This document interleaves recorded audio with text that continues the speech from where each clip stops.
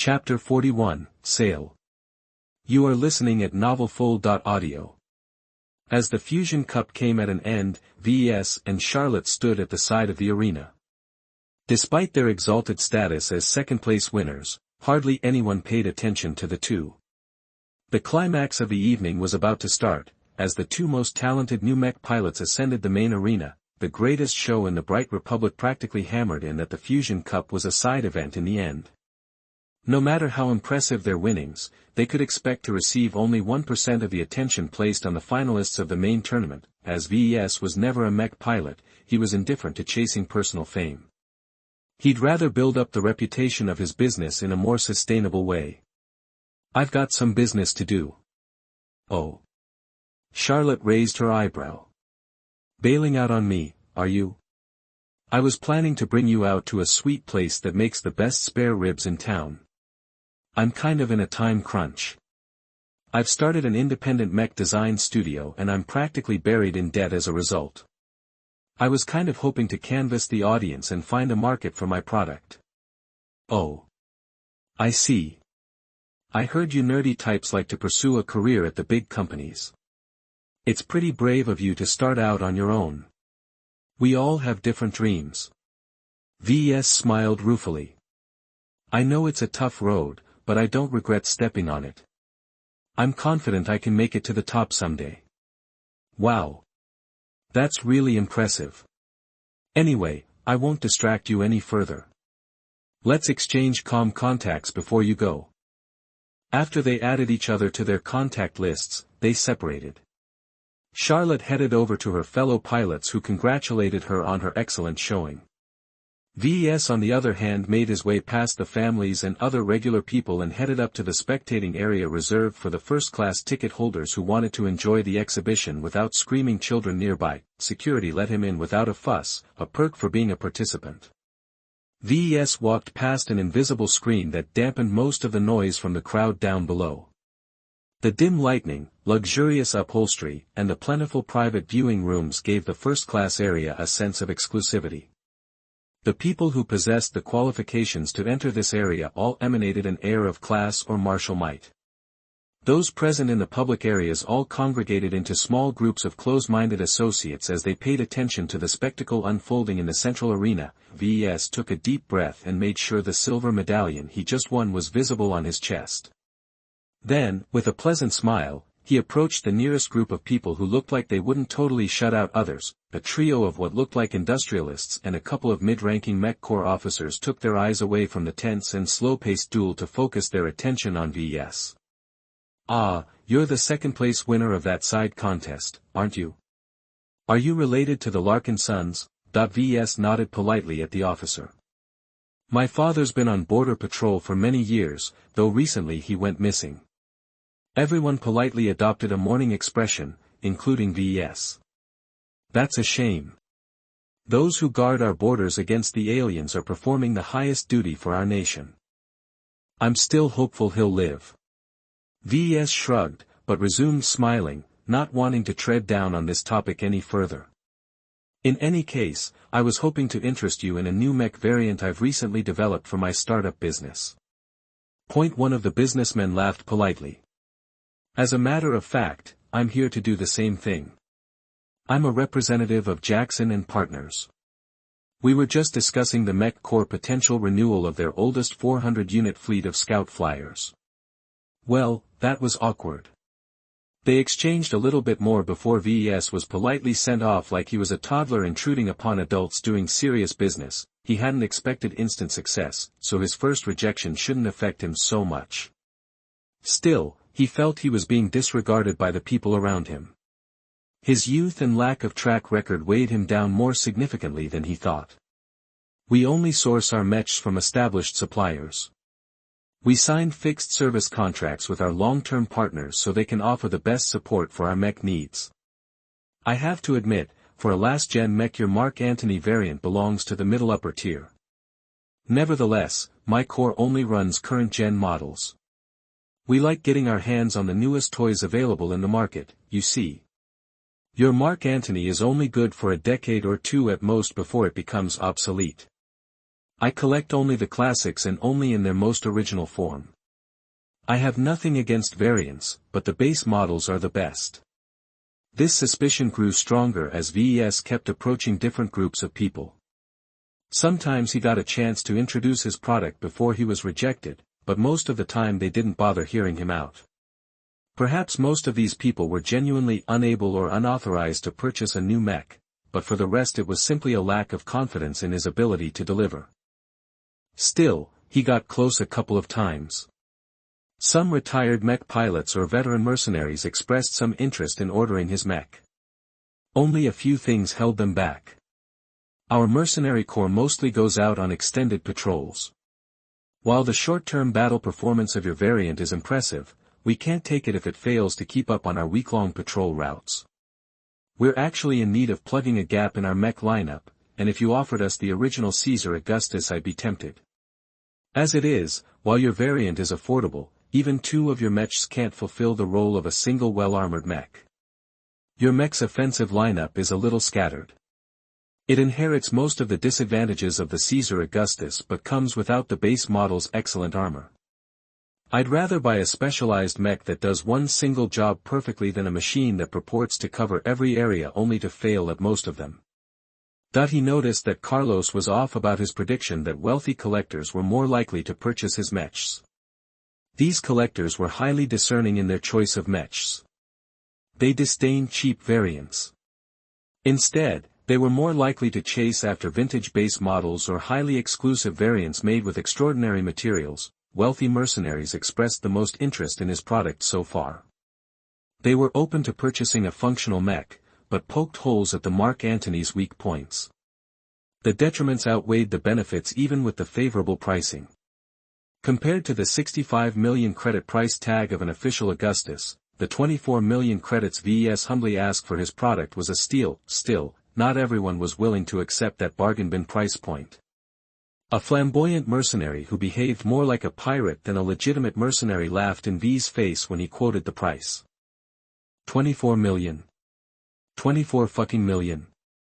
I'd have to work my ass off for more than 5 years to earn back such an amount. How about giving me a break? Let's say, 12 million. Ves was immune to awkward situations by now. He could maintain his smile even when the universe was ending. For an advance payment of 12 million credits, I can produce and deliver the mech to you within half a month. You can pay the other half once the MTA certifies my mech. Seeing that Ves wasn't willing to bargain, the rowdy mercenary turned away. No thanks. I'm too short on cash. Even as the final match ended in a rousing last act, Ves still hadn't achieved a single sale. He was beginning to grow a little nervous. This evening was the best and only opportunity he had to approach the rich and the strong. After this unofficial holiday ended, most of them would go back to their offices or mechs. By then, where could he find a buyer for his mech? Should he post an ad on the MTA's internal market and cross his fingers some chump picked up his offer out of the hundreds of thousands of alternative ones? He began to despair a little. He was so desperate, he'd get on his knees and beg if it increased his chances. The more he interacted with the people around him, the more he realized the mech market was more insular than he thought. The vibrant market the MTA portrayed did not apply to the situation on the ground. The MTA's market communities mostly encompassed entire star sectors. A single third-rate state such as the Bright Republic couldn't support too many producers. Ves realized that by setting up his mech boutique in Cloudy Curtain, he'd inadvertently isolated himself from his clientele. A quiet environment, lack of competitors and favorable taxes meant nothing if Ves was unable to earn any form of revenue in the coming weeks. He lacked too many things. Though he had a tenuous connection to the Larkinson family, they wouldn't go out on a limb to subsidize his business nor purchase his first mech. While they saved up a sizable amount of credits over the years, most of them were reserved for emergencies. Using them to save a failed business was not in the family's collective interests. Without the support of any substantial influence, Ves was like a boat trapped in the middle of sea. Only a desolate expanse of water surrounded him in each direction. Where could he find an island to gain some respite? Hello there Ves. Whoa! Ves almost jumped out of his skin from the abrupt greeting. He turned around to see the test pilot who piloted his mech during the qualifications. Hans. I didn't expect to see you here. I'm an active serviceman as well. Once I finished my duties, I thought I'd drop by and catch up to the finals. Sad to say I came too late. Anyway, what got you so down? Ves explained his circumstances and then elaborated on his difficulties in pushing his new design. I'm not surprised no one's ever taken you on your offer. Besides the detriments you already mentioned, the most important reason why no one dares to accept an order is due to the untested nature of your design. Pilots like us, we don't trust the spec sheet produced by the MTA. It's been wrong plenty of times before and will continue to do so until they get their asses kicked out of their monopoly in mech management. As I was saying, we pilots like to look at the actual performance in the field instead of a bunch of abstract numbers that may have been fudged. The numbers are absolutely reliable. I've achieved a small amount of success selling virtual versions of my Mark Antony in Iron Spirit. So far, not a single customer returned to complain about any deviations from their mech's official performance. I advise you not to bring up these virtual games. Hans firmly advised. At our level, no one takes Iron Spirit seriously. The inaccuracy and deviance from actual piloting is more pronounced at the higher ranks of the game. It takes a lot of effort to adjust to two different environments, so most older mech pilots don't bother maintaining an active presence in Iron Spirit. What about you, then? You did a great job piloting my Drake through the gauntlet. Are you interested in a purchase? The test pilot shook his head. I don't earn enough to afford a personal mech, and since I test out new designs as a job, I don't pilot a fixed mech when I'm at work. Ves received another disappointment. If even a mech pilot as friendly as Hans refused to buy his mech, then his chances of convincing other pilots was practically nil. I might know someone who could be persuaded to take a leap at your design. Hans added as he saw the crushed response in the young man. I'll do you a favor and introduce him to you. Whether you manage to close a deal with him will depend on your own efforts. A chance is all I ask for. I'm grateful for any assistance you provide. Hans leisurely led Ves through the crowd of spectators paying attention to the elaborate award ceremony. The Young Tigers exhibition was specifically organized by the Republic to glorify young heroes, so a lot of fanfare accompanied the awarding of prizes. Once they arrived at the door of a private room, Hans knocked at it with a peculiar rhythm. A beep sounded out as the lock disengaged. As they entered the box, Ves saw that almost nobody occupied the chairs and couches. Only the grandest seat supported a person. The man who sat on the chair looked like an old, gray-haired veteran that emanated the same vibe as his grandfather. Even from the entrance, Ves could feel the man was more than just an average veteran. Ah, Captain Rodello, nice to see you again. I see you've brought a guest. Colonel, this is Ves Larkinson, the runner-up of the Fusion Cup. Ves, this is Colonel Aries Huntington. The retired colonel snorted at that.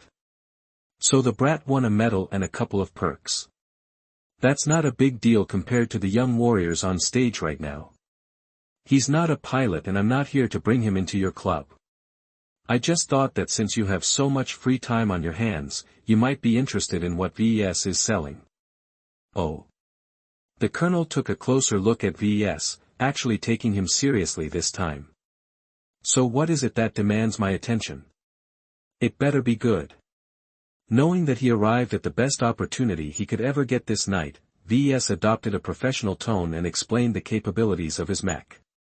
Huntington's expression remained carefully neutral as Ves elaborated on all the good and some of the not-so-good points of his mech. Perhaps revealing his own shortcomings wasn't the best idea, but he didn't want to risk getting blamed by the old man if he somehow caught on. Nevertheless, the colonel let him speak until he came at the end where he quoted his price. And so for the total package, with just 24 million bright credits, it's yours. After paying an advance payment of half the price, I'll get to work on the mech as soon as I get back to my workshop. I'll have it ready for you within 2 weeks. Aries grumbled a bit to himself as he stroked his chin. Ves could tell he was wavering, but he couldn't determine what held the old man back from making the jump. Was it the armor? The lack of specialties? No. The old man finally replied after several minutes of consideration. You make for a compelling case, but it's not what I need right now. Ves was devastated. He got so close to making a sale. Why did Ares turn away from his offer? The colonel insensitively waved them away. Captain Rodello, this was a nice distraction, but don't bring anyone irrelevant to me again. The two of you can go bother someone else now. I won't see you out. Goodbye. Chapter 42, Broker. You are listening at novelfull.audio.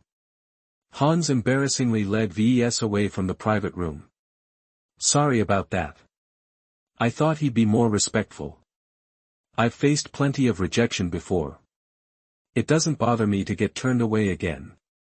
Although he said this, Ves sighed with disappointment. I'm in an extremely difficult position if I can't find a customer for my mech.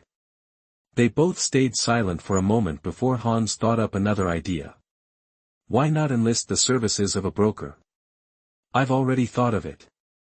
He replied. But I need a large influx of cash within 2 weeks. If the broker takes his cut, I'm not sure I'm able to pay the bills that are due very soon. Oh, relax. I know a woman who might cut a deal with you. Anything's negotiable. You should really think about it since brokers know their clients best. Hans had a point. Many small-scale mech designers often relied on specialized brokers and dealers to manage their sales and customer support. These crafty salespeople spent a lot of effort building up a network of customers and other contacts. They trained their bargaining and negotiation skills to a terrifying level. To be fair, despite the substantial cut they took with each successful sale, they were an indispensable part of the mech industry. That was why Ves allowed Hans to lead him all the way to the center, where a large crowd of well-dressed men exchanged their opinions about their favorite pilots of today's event. Marcella Bollinger. Over here.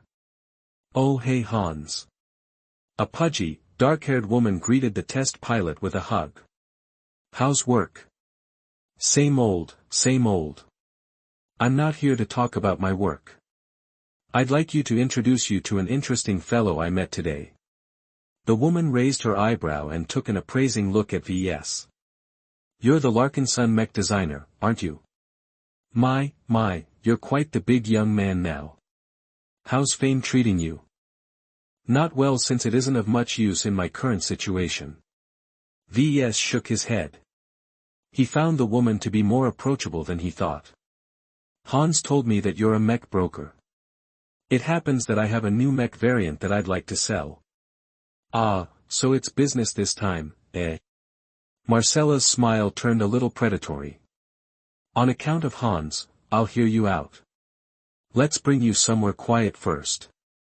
As they entered an empty private room, Marcella took a seat at a couch and patted her side.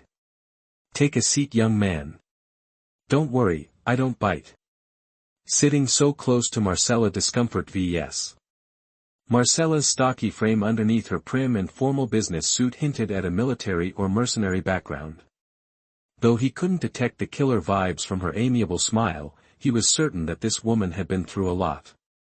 With his extensive knowledge and experience in mechanics, he sniffed out the presence of prosthetics in her right arm. Let's start from the beginning. What kind of business are you taking part in and why do you need my services? Ves gave her the same story he told Colonel Ares. Since he couldn't hide things from a broker for long, he also mentioned his debt and interest payment situation.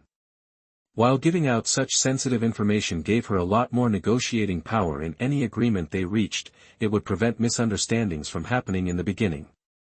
Ves was willing to give up a few percentages of profit if it meant building up a solid relationship based on trust. Any broker recommended by Hans shouldn't be too shady, he hoped. Okay, I see. Marcella tapped her manicured finger to her chin. Lay down the cost structure for me.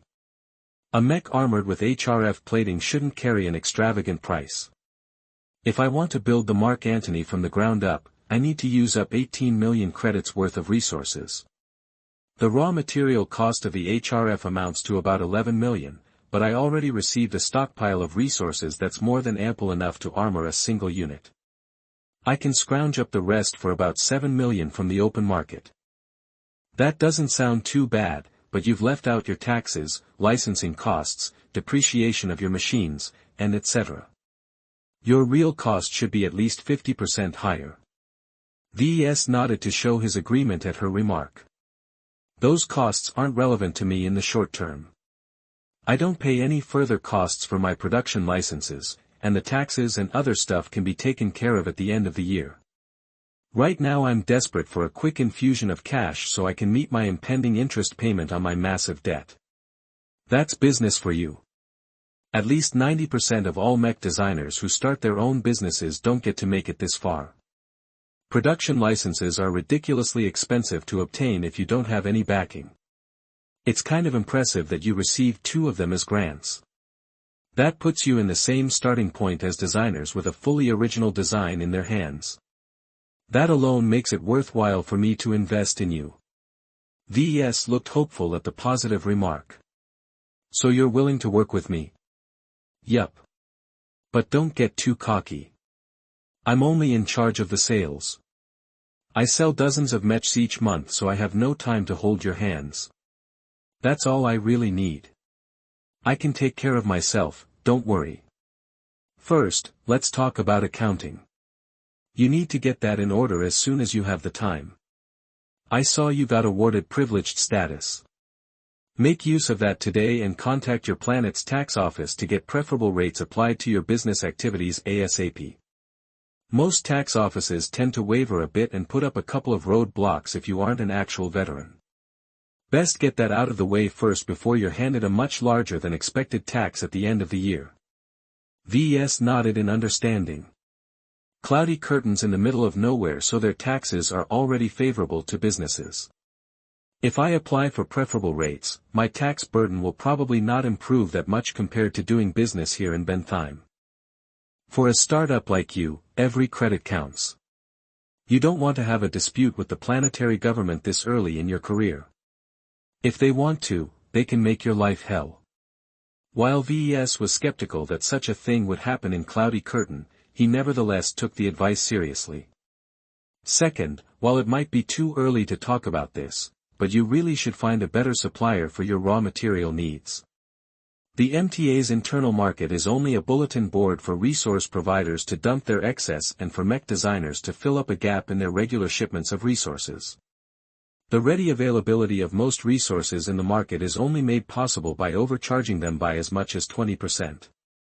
It's not easy for a startup to get suppliers to take you seriously.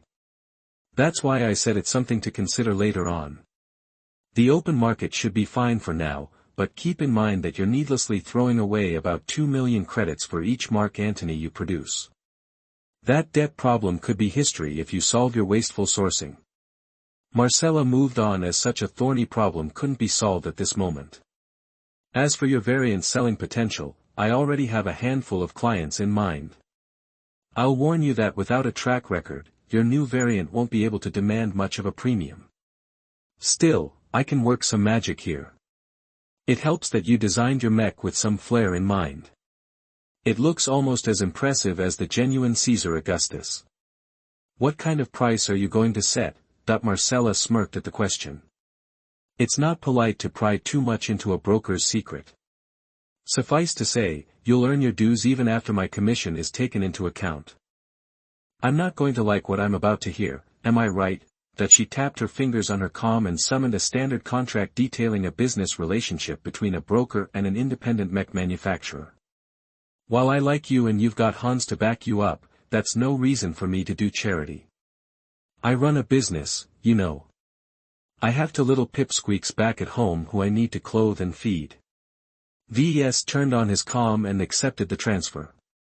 He opened the document and read over the details. His eyes practically popped out when he came across the sales commission Marcella demanded. 20% of gross profit. That's a generous amount already if you consider how much work I have to put in to sell a niche last-gen mech with limited application. Is there any way you can give me a break? It's a little much. While I'm open to negotiation, I'm not budging on the remuneration. I'm also taking into account your sales volume. A small-scale mech boutique like yours won't be able to produce a lot of mechs annually. The scale of your business is really minuscule compared to my biggest clients. A one-man show can only take you so far, and that means I'm perfectly justified to demand a bigger piece of your pie. The huge amount of money Marcella skimmed off the top potentially dwarfed his debt burden. If Marcella sold his variant at the bottom price of 24 million credits, then he'd earn 7 million credits in gross profit, which was the difference between the sales price and the cost of goods to manufacture the mech. 20% of 7 million credits amounted to 1.4 million credits. If Marcella sold 3 more mechs, then she'd earn more than the bank. Hans, who stood quietly against the wall, gave out his opinion. 20% is harsh, but you can expect Marcella to treat you fairly. Unlike other brokers who represent as much as over 100 different mech manufacturers, she makes sure to represent your mechs with actual effort. Nodding, Marcella explained her stance. You're looking at the costs while neglecting the benefits. Sure, you can approach a public broker who will offer 10 or even 5% of gross profits, but what incentive do they have to raise their sales volume? If you sign a contract with me for 20%, you can be damn sure that I'll work my ass off to sell as much of your mechs as I can. Right now, you need to have a visible market presence and develop a reputation for your business more than you need to maximize profits. Ves had to admit that Marcella sounded reasonable. Of course, maybe Hans and Marcella were conspiring together against him and took advantage of his desperation. Also, the commission you leave me is nothing compared to what you will get in return. I might not be the biggest name around town, but I have a lot of friends in high places. You'll be paying me for my extensive network that I've invested many millions in building up. A lot of other brokers might sell 100 mechs a month, but 99% of those mechs are bottom of the barrel. You can forget about earning the big bucks if you take your business to the budget brokers. The contract also states that you'll be my exclusive broker for 10 years. I don't recall this being a standard clause. Our business relationship is a two-way street. Marcella pointed out, gesturing her hand to Ves and then to her. If you are prepared to invest in me, I'll do the same to you. The contract applies for 10 years because I don't want to do the hard work helping you build up a name in the market, only for you to bail out on me a couple of years from now and take your business elsewhere. As I said before, this isn't a bad thing. A 10-year exclusivity clause means that your interests align with mine. Think of how big your name will be 10 years from now, and think of who can make this all possible. In other words, helping Marcella was equivalent to helping himself down the road. Ves understood the rationale, even if it left a bad taste in his mouth. What if Marcella neglected his products one day? He had very little recourse to force her to work her ass off if she focused on a shinier product from a competitor. Marcella's eyes sharpened as she noticed his wavering expression. I'll sweeten the pot for you. If you sign the contract this night, I'll guarantee you that I'll find a customer no later than 24 standard hours from now. I'll even hand you an advance of 7 million credits so you can purchase and take back the raw materials you still need to start building your mech. What if you can't find a customer within that time? Then it will take 2 days. Marcella shrugged nonchalantly. Trust a lady to know what she's doing. And what if it takes more time? Even if I fabricate the Mark Antony and let the MTA certify it within 2 weeks, if I don't have a buyer to take my product away, I'll be in big trouble with the bank. Could you help me out if they come knocking at my door? Sorry Ves, but I already told you that you should take care of your own issues by yourself. I'm only responsible for sales. The advance payment is just a one-time bonus. And frankly, I don't mind seeing you sweat a bit. How else can I be assured you'll have a mech ready for me to sell within 2 weeks? Ves suspected Marcella was fond of using monetary incentives to establish her business relationships. This is just the start of our partnership. If you don't trust me to keep my promises and do my job, then it's better if you look elsewhere. You have a point. Ves admitted with a resigned sigh. They spent an hour hammering out a basic contract. Ves even used some of his prize money to hire a legal expert on very short notice in order to make sure he wasn't being bamboozled. Sure, Marcella already screwed him up front. He only wanted to make sure she didn't screw him from behind at the same time. After Ves, Marcella, and their legal representatives all agreed the contract looked okay, they signed it and sent it off to be notarized. Marcella received the full blueprint of the Mark Antony along with detailed specifications, or at least as much as the simulations could determine. She even demanded the right to manage his Iron Spirit designer account. Why would you need something like that? It helps if certain clients get to test drive your mech in the game. Don't misunderstand, they're not stupid or addicted to the game. While it's not an accurate representation, if they feel good about piloting a virtual mech that's about 90% similar to the real thing, they won't care about the 10% Iron Spirit unable to simulate. I guess you can also create some good promotional material for my mech. A visual example is very effective in generating initial interest in your product. We humans are primarily visual creatures after all. Watching a reasonable facsimile in action is a lot more visceral than extrapolating the performance of your mech from a dry spec sheet. After they exchanged a few more words, they finally called it a night. Marcella Bollinger left the exhibition center with a new cash cow under her belt, while Ves still felt mixed about the contract he signed. He hardly bargained any additional benefits out of the bulldozer in action. He pretty much got run over during the entire conversation. He even felt it wasn't a bad thing getting taken advantage of. He reasoned that if Marcella wanted milked him dry, she'd have to put in an effort to squeeze a lot of value out of his work. Why am I imagining myself as a milk cow? Chapter 43, Miss Me, System. You are listening at novelfull.audio. When Ves returned to his hotel room, he faced two things. First, a cranky gem cat angrily yowled at him for neglecting his pet all day. Second, he received a notification from his bank account that Marcella sent him the $7 million advance for his material needs. Sleep can wait.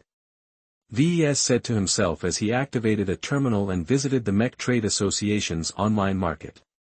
He already took note of all the materials he required, so after a meticulous check he put all the items in his shopping list and confirmed his purchase. The 7 million bright credits vanished from his account like it never existed. At least I paid for express shipping. The goods should arrive by my doorstep by the time I exit from the shuttle. As he laid down on his bed, he reflected on the tumultuous events he experienced in his trip to Bentheim.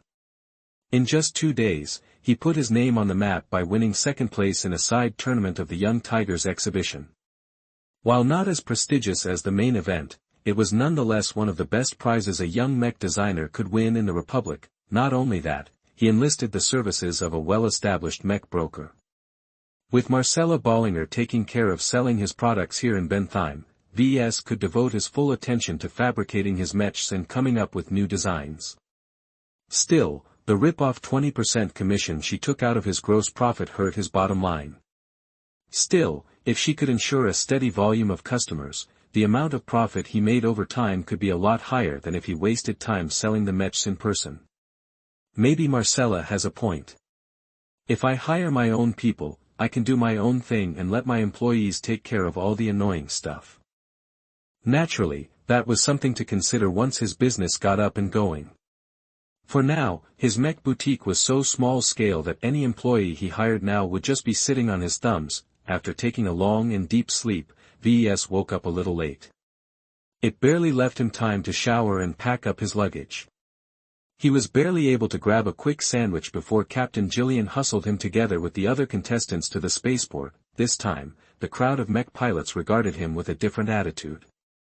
Some looked impressed by his accomplishments. Others were puzzled why a talent like him settled down in the hinterlands of the Republic. In any case, Ves knew he'd be stared at like this for quite a while. Of all the graduates who participated in the YT, only he achieved the best results. The next best pilot only barely managed to scrape into the top 50. Ves wanted to focus on his upcoming fabrication project, so he fobbed off most attempts by the mech pilots to spark up a friendship. It wasn't that he appreciated new friends, but he simply didn't have the time. Just after the shuttle flew up and escaped Bentheim's gravity, he was already pulling up his comm and making a detailed flowchart of his fabrication process. His slapdash way of fabrication might work with Iron Spirit's modern 3D printer and assembler, but his equipment in the real universe faced a lot more constraints. It might take only one wrong setting to ruin a component worth 1,000,000 credits. So it paid to be prudent. He also applied for a production license of the festive cloud generator while he was at it. As one of the two only non-native components of the Mark Antony, VES couldn't produce it with the MTA's approval if he hadn't applied. Fortunately, as the component was more of a joke than anything else, VES only had to part with 100,000 credits to get a 10-year production license for the decorative part. His cash reserves instantly halved. The space shuttle leisurely fell behind a spacious queue towards their designated Lagrange point. The heavy traffic to and from Bentheim caused these Lagrange points to be congested, though that was only a relative term considering the vastness of space. Still, only a limited amount of ships were able to depart at the same time without disturbing the local spacetime too much, so each ship had to queue up and wait in line. When their turn finally came, everyone paused what they were doing and prepared for the FTL transition. The shuttle vibrated a little before the green light was given. No problems occurred when the passenger shuttle engaged its FTL drive. The return trip took longer to arrive back at Cloudy Curtain. Bentheim's favorable gravity currents allowed all ships traveling towards the port system to cut back on their traveling time. It provided no advantages when ships departed the system and traveled to a non-port system. Thus, it took about 1.5 very precious days off his timetable when the shuttle finally arrived at the edge of Cloudy Curtain star system. The slow, in-system burn from the edge of the system to its interior took up some time as well.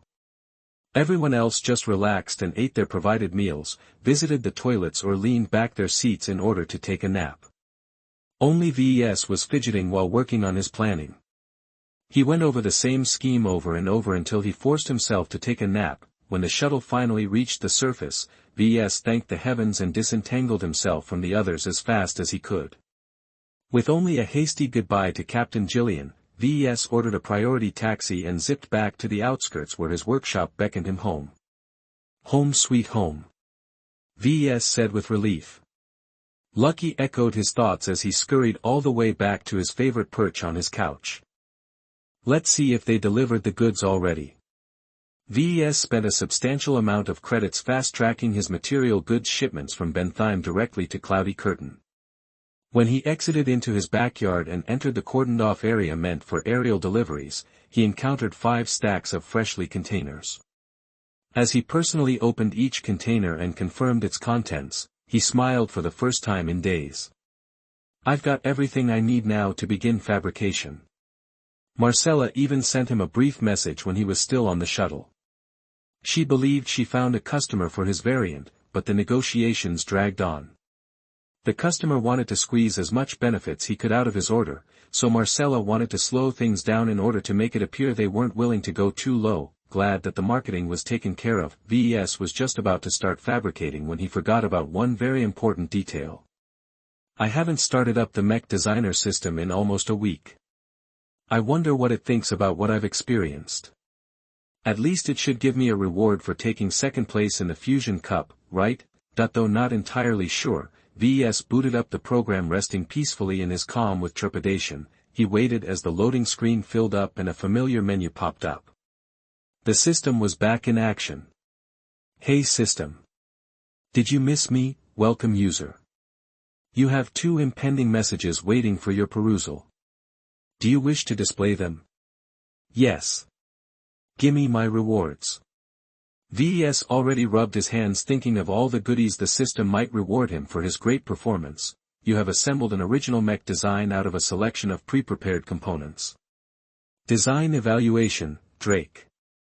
Model name, Drake, original manufacturer, Ves Larkinson, weight classification, medium, recommended role, jump trooper, armor, B-, carrying capacity, C. Aesthetics, C+, endurance, C. Energy efficiency, E+, flexibility, D. Firepower, B-, integrity, F+, mobility, B+.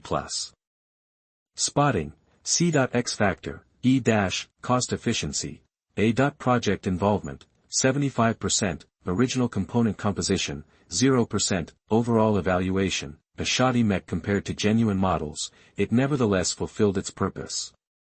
Put together out of standard pre-assembled components, the Drake is a remarkably cost-efficient if it is produced in a large scale.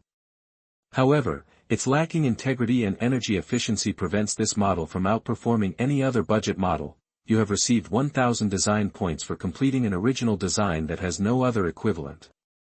You have received 100 design points for designing a mech with a trace of X factor. 1,000 points. Besides the welcome package, it was the most generous reward the system had ever given him for a single objective. It also indicated that the system appreciated original designs more than variants. There isn't anything else, your design does not fulfill the requirements to earn additional rewards. Please work more diligently in improving the core foundations of your next original design. In other words, the system disdained his cheap and trashy design. You know, I only had less than 1 day to whip up this mech, right? I did a decent job considering I was working with severely outdated parts. The system acted as if his words were passing clouds and continued on with the updates. You have received an event mission. Please check the missions page for the details. Event mission, Fusion Cup, difficulty, A rank, prerequisites, qualify for the Fusion Cup, description, the Fusion Cup is your first public stage where you can exhibit your talents as a mech designer. Do not cower from the challenges you face, but instead embrace them. A mech designer must be bold under pressure and fearless when performing in public. Crush your rivals and achieve a supreme result by winning first place. Reward, variable depending on your final rank, congratulations for partially completing the event mission. A competent mech designer must maintain absolute confidence whilst simultaneously possess the capacity to self-reflect. Never waver in the face of defeat. Face the universe with your back held straight. Ves chuckled as he realized the system gave this mission while he had just passed the qualifiers. Then he stopped his laugh when he realized the system kept tabs on him while he hadn't even executed the program in days. How was it able to observe his every movement in such an electronically well-guarded environment? The system quickly gave him the rewards for the mission he never knew he received before he completed it. Ves treated it like dessert after a sumptuous dinner. For winning second place, you have received 500 design points. That's it, please endeavor to work harder and never let yourself be overshadowed. Ves almost broke out with curses. The system sure asked a lot out of him. He only used the system for 2.5 months. How much could he improve in so little time? Even with the help of the system, Ves estimated he needed at least 2 or 3 years of active use of the system in order to catch up to the likes of Edwin McKinney. If he took into account that Edwin constantly improved as well, it might take 5 or 7 years to become a star mech designer. Ves had a long way to go. He not only had to shore up his fundamentals, he also had to build up his business and design market-viable mechs that not only took into account the performance of the mech, but also its cost efficiency. Designing and fabricating the Mark Antony was just the first step. The system already hinted at him that producing an original design was the road to real prosperity. Well, to design an original blueprint from the ground up requires a boatload of skills. And to improve my skills, I need DP, lots of DP. Eager to see how much DP he currently possessed, Ves called up his status. Status, name, Ves Larkinson, profession, novice mech designer, specializations, none, design points, 1632. Attributes, strength, 0.7. Dexterity, 0.7. Endurance, 0.7. Intelligence, 1.2. Creativity, 1. Concentration, 1.2. Neural aptitude, F. Skills, assembly, apprentice, 3D printer proficiency I. Assembler proficiency I. Business, apprentice, computer science, incompetent, electrical engineering, novice, mathematics, incompetent, mechanics, apprentice, jury rigging 2, speed tuning I. Metallurgy, apprentice, metaphysics, incompetent, physics, novice, lightweight armor optimization I, medium weight armor optimization I, evaluation, on the cusp of breaking out of pure stupidity, the windfall of 1632 DP came as a timely surprise to Ves. With such a large amount of DP, he could complete his purchase of several sub-skill upgrades that he had his eyes on that would help with his first fabrication project in the real universe. What also surprised him was that his endurance increased by 0.1 points. Well, it makes sense. I've been working my ass off for several long hours. I've learned to push my limits during the competition, that with a sack of DP in his metaphorical hands, Ves eagerly switched to the system's skill tree. A familiar holographic display lit up all around him, showing him thousands of all the possible skills and sub-skill he could acquire. He regarded the skill tree as his most important weapon towards overtaking the likes of Edwin McKinney and Patricia Schneider. No matter how fast they improved, they eventually had to put in the hard work to learn new theories and become proficient in new techniques. All Ves had to do was earn a bunch of DP from designing and selling new mechs and invest them into the skill tree. Aside from the ever-elusive X factor, Ves had access to an unprecedented variety of new and exotic skills. Some of the more notable entries even threw his entire conception of mechs upside down. Biomechanical fusion, quad-pilot connected neural interfacing, permanent consciousness imprisonment. What are those crazy scientists up to? That the more he glanced at the names, the more he felt as if the space outside the Bright Republic was a scary place. His sanity might have worsened if the system hadn't blurred the more specialized skills down the skill trees. For now, Ves had no interest in taking up these exotic skills. Not only wouldn't he be able to explain how he became proficient in these exotic and restricted technologies, he also plainly lacked the luxury to waste his points in needless side projects. If he wanted to close the gap to his rivals, then he had to invest in his foundation skills, no matter how boring they sounded. Since I'm getting ready to fabricate the Mark Antony, I should shore up my assembler sub-skills. He purchased both Assembler Proficiency 2 and 3D Printer Proficiency 2 for 400 DP each. After having his DP reserve, Ves received an influx of new information and knowledge from the depths of his brain.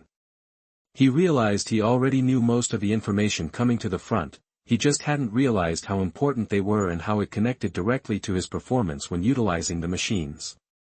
He learned so many new tricks to improve the quality of his fabrication and how to reduce the occurrence and severity of faults. The flood of surface knowledge fully unfolded within his mind in a way that made it very difficult for him to forget it again. He advanced his proficiencies with the 3D printer and the assembler by at least a year of dedicated practice. This was valuable experience that already came into use as Ves called up his detailed planning of the fabrication process and made some adjustments to his steps. After spending half an hour correcting a lot of tiny details, his confidence of successfully fabricating the Mark Antony without any major defects increased from 50% to 70%. Too bad it's not the 100% certainty that I wish for. My gear is just too bad. His increased proficiency couldn't overcome the limitations of his cheap, second-hand equipment. Though they cost several 100 million credits in total, Ves regretfully lamented his father hadn't worked a little bit harder in procuring better quality equipment before he disappeared. Upgrading my gear is a priority for later, much like everything else on my plate. Chapter 44, Birth of a Mech. You are listening at novelfull.audio. Remembering that Marcella hadn't gotten back to him about a customer, he called up her number. Hey Ves. I know what you're calling for. The deal has just been completed. Marcella smirked as she said her next words. Guess how much credits he threw at me to order your mech? Did you manage to sell it at 24 million? Ha! That's chump change. It's much higher. 25? 26. Nope. Marcella gestured with her hands to bring up an invoice in the projector. Look for yourself what magic I achieved. His eyes practically bulged out as he saw that Marcella's customer ordered his mech for a whopping 28 million credits. The huge price figure amounted to a gross profit of 11 million credits if he delivered his mech in time and in good condition. It certainly raised his faith of Marcella's ability. Perhaps partnering with her was the best decision Ves ever made. Marcella tapped her fingers onto her desk, snapping him out of his dreams. Don't get too excited, buddy. Running a mech business isn't a casual undertaking. You have to properly plan for your expenses. If you factor in your interest payments, your tax burden, your capital assets depreciation, then you'll find that your net profits is a lot smaller than you thought. The excitement in his eyes died down. She was right, of course. Well, my taxes will at least be lightened. The planetary government is already processing my preferable treatment status. I should be able to get my tax rate reduced to 15%. Such a low tax rate was very favorable to Ves already. If he set up his business in Bentheim, then he'd have to fork out 35% even with preferable treatment. Your expenses and other burdens are lower than most other mech designers, but don't forget your business is a one-man show. Your scale can't compare to most small to medium enterprises that have based themselves in Bentheim for years. The industry revolves around a minimum amount of scale production. If you want to improve your mechs, you need better machines, and that means you have to start saving money now. Ves nodded, understanding the importance of what she said. His 3D printer and assembler were good for a decade, maybe two if he stretched it and installed some upgrades, but eventually he wanted to move up to using more capable machines worth billions of credits. I've got so many things to spend my money on. Ves lamented to himself. Earning a couple of billion credits was a pipe dream for most people. Even seasoned mech designers often despaired at the costs their businesses demanded. In any case, just do your work. I'll be expecting a satisfactory result within 10 days if you want to ship your mech to the client in time. Will you be able to make it in that time? That he nodded with confidence. His planning stretched out the fabrication process to 9 days already, which was a lengthy time for an average mech. Considering it was his first time doing it for real, he wanted to slow down and produce each part with meticulous care. I'll have the mech delivered to the local branch of the MTA within 9 days for inspection if there's no problems. I don't expect any delays, but I doubt I'll get slowed down more than a day at most. Good, because a lot is riding on this deal. This is your chance to break into the market, Ves, so nothing can go wrong. After a bit of lecturing by Marcella, she finally hung up, leaving Ves free to begin his work. He pulled up his sleeves and checked his plans for the last time. Nothing appeared out of place.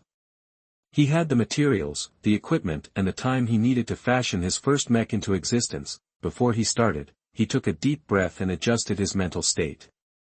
He didn't want to deliver an average product and call it a day. He wanted to wow the client. And the way to do that is by incorporating something unique only to him into the mech. Even if most of the pilots of his mechs couldn't articulate the X factor, it would still help improve their impressions on his work. He approached the 3D printer with reverence. He loaded up the files of the valiant-looking Mark Antony. From its vapor-generated crest to its adorned and sturdy tower shield, the mech already radiated a sense of valor in its appearance. Its entire purpose of existence was to act as a vanguard, a breaker of blockades and a workhorse that could take a beating for the team. Ves took inspiration of the mock-up and immersed himself into bringing this design to life. I am not building a mech. I am birthing it to life. Saying it mattered to Ves. It sounded nonsensical or meaningless, but to someone who took a peek through the door that hid the incredible might of the X Factor, it was an important distinction that made all the difference in the end product. He was an artisan of mechs, not an industrialist who desired to pump out as many mechs as he wanted. To treat the mech as a living thing instead of a lifeless machine was the first step to realizing the X Factor.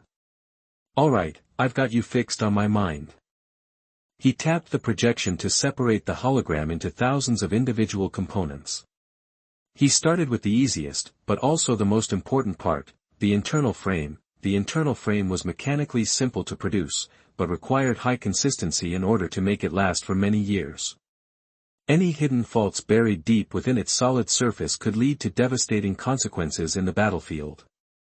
The MTA posed strict requirements to the integrity of the internal frame, so Ves could absolutely not afford to slack off when fabricating these seemingly simple piece of alloys. The 3D printer performed up to standard. Ves had already checked and calibrated all of the important machines in his workshop long ago, but it was pleasant to see the machine slowly churn out frame after frame. VES took particular care when producing the sockets and joints that allowed the frame to move its limbs as natural as a human being.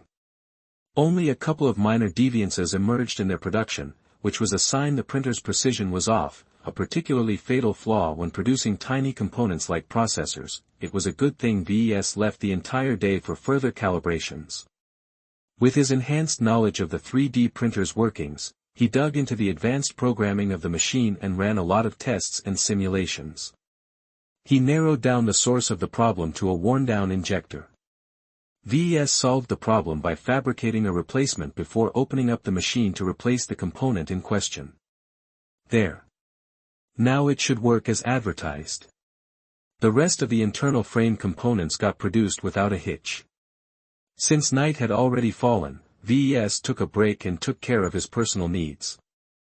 The next day, he devoted his attention to crafting the HRF armor plating. It took 3 days to process the raw materials into a suitable form if VES aimed for consistency and precision. While most of the work was tedious and repetitive, he was constantly on guard for any deviations from the norm. A percentage less of a certain metal added to a process might ruin the entire batch. He refined tons of materials together into different materials, which got processed even further for up to 5 times. Each step transformed the main alloys from a worthless piece of junk to a less worthless piece of junk. By the time several days had gone past, the mixed materials had already transformed into smooth pieces of shaped plating. VES knocked his knuckles against the surface of a thick chest plate. It rang with the delightful tone of a uniform piece of metal. He spent a lot of time fashioning these plates, each into the appropriate form to clad the Mark Antony's outer layer. They still looked grayish-brown, the native color of HRF plating. He'd add some color later. The next 2 days he produced the other parts of the mech. The most important of which were the power reactor and the engines. His 3D printer had some trouble producing the most unique sections of those components, but VES was able to stave off any disasters due to his improved skills and his abundant experience in producing them already inside Iron Spirit.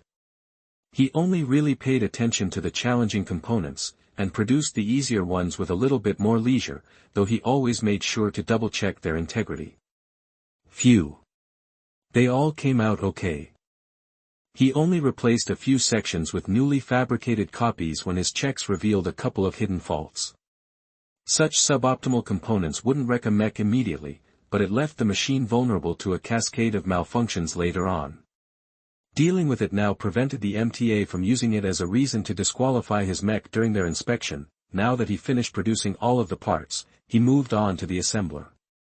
It was the tallest machine by far, reaching as high as any small office building downtown. While the assembler was a single set, the system was actually composed of many different lifters and hefty arms. They allowed a single person or an AI routine to put together a mech without relying on any other manpower. Modern assemblers formed the basis of today's boutique industries, allowing individual craftsmen to compete against giant mass producers economically. Though mass production always remained as the most cost and resource-efficient mode of production, small-scale manufacturers could tailor their individual products much better to their customers.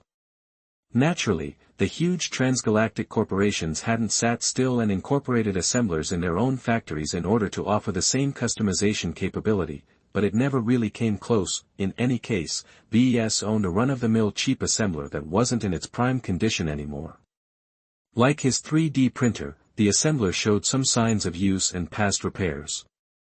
Luckily, the assembler he possessed was not too advanced, so VES wasn't worried those self-made repairs would screw up the system. His checks also made sure the assembler remained in working condition. Damn, 6 days have gone by already. I only have 2 days to put my mech together. He could produce the entire Mark Antony inside Iron Spirit with that much time. Hopefully, once he got more familiar with his equipment, he'd speed up his production process to match his capabilities in the game. For now, slow and steady was the way to go. From a haphazard pile of components, the mech slowly came to life.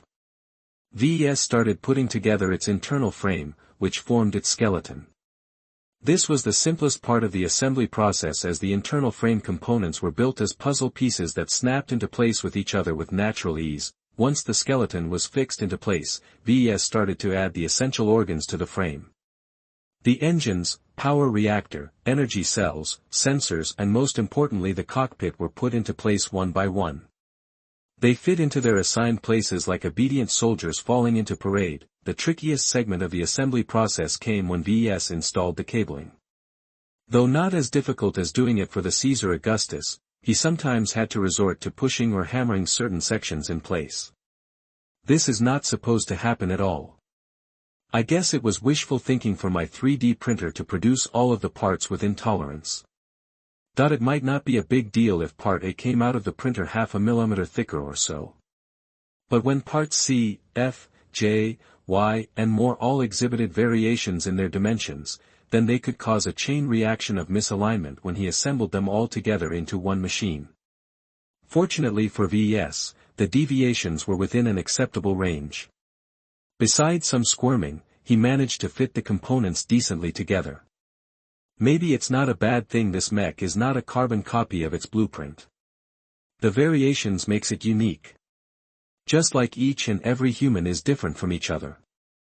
Heartless fabricators detested deviations like this, but in the perspective of life, Ves thought it was not a completely bad thing to keep some eccentricities. Naturally, it was one thing to be a little strange, but if you were born full of defects then Ves would never be able to sell the mech. After making sure the components still worked at peak efficiency, Ves moved on to the final touches. He placed the many pieces of armor in their designated positions. Countless robotic arms picked up pieces of plating and carefully aligned them before placing them together. Special screws and adhesives kept them in place. He also put together the mech's default armament, the mace and heavy tower shield. Assembling the latter was a tiresome ordeal due to the sheer amount of plates stacked into one single hole. All the components came into place near the end of his 2-day marathon. Ves sighed in relief as he hit the button to let the painter module of the assembler go to work. He was way too tired to coat and paint the mech's outer layer by himself. Screwing up the coating mattered very little to him anyway. Once a few hours passed by, the advanced coating dried out rapidly, leaving the dark, intimidating form of a mech Ves had spent many hours imagining its appearance. Having spent more than 8 days pouring his heart, focus and even love into its production, Ves felt an unprecedented surge of pride and satisfaction well up deep inside of him. His dreams had come true. He fabricated a mech of his own design with his own 2 hands. His eyes welled up in tears as he admired the tall and armored mech's domineering contours. He refused to believe no one would remain unaffected when they came close to this mech for the first time.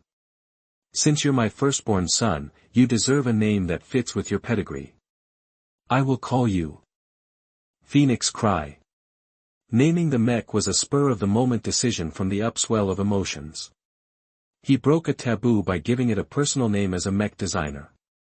Usually, the pilots named their mechs after a period of getting accustomed to each other. He hoped the client wouldn't mind too much and keep the name, though the mech was technically complete and fully functional in its operations. Ves wished to gift the mech one additional part. This extra addition was already in the blueprint, but he used a fake to substitute for the real deal.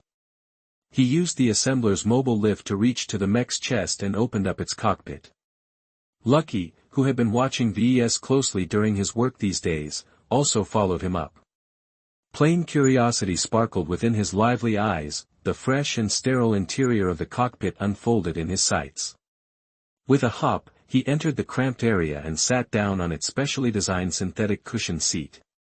For a moment, Ves imagined piloting the Phoenix Cry himself. With his head connected to the neural interface, he visualized screens coming to life around him as he piloted the mech through a fierce battle. He snapped out of it after a minute. I'm not a potentate. I'm never fated to battle in the front lines. The sorrow in his heart threatened to overcome his jubilation, but he managed to keep his negative emotions in check. His lack of piloting aptitude was an old regret. Instead, he put a hand in his pocket and retrieved a dark red carnelian. The gemstone's subtle gradient alluded to a lifelike drop of blood. It inspired a sense of vitality and passion. He could think of no better gem to crown his first creation. Lucky meowed at the sight of its old excretion, pawing at it with the playfulness of a child stirring around his plate of food.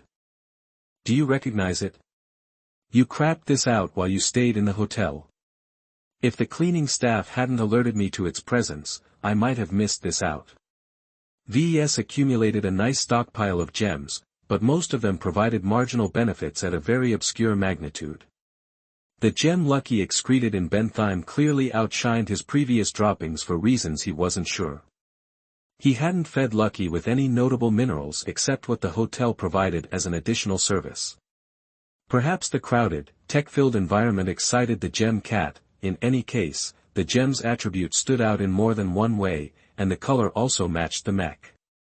With a couple of hand-sized tools, Ves extracted the generic red stone in the middle of the dashboard that represented the mech's power button and placed the carnelian in its place, making sure to affix it securely in its fitting.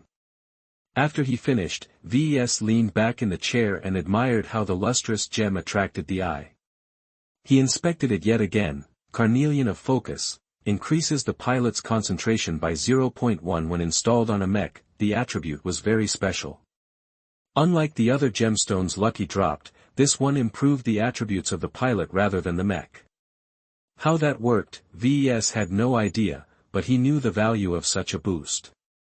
Though not a game changer by any standard, it served to improve the pilot's impression of the Phoenix Cry while also giving him a minor edge which could prove useful in a tough battle. Furthermore, the gemstone's pilot-focused attribute also allowed Ves to hide its benefits from the MTA. Ves had no good way to explain how a mech was able to move 0.5% faster or could withstand lasers 1% better than the HRF plating was designed to take on. Before Ves could acquire better skills that could camouflage such benefits, Ves found it prudent to stick to subtle gemstones and keep the ones with material benefits for later use. Enough dreaming. It's time to ready this mech for sale. First up, I'll have to certify the Phoenix Cry. Chapter 45, Mech Trade Association. You are listening at novelfull.audio.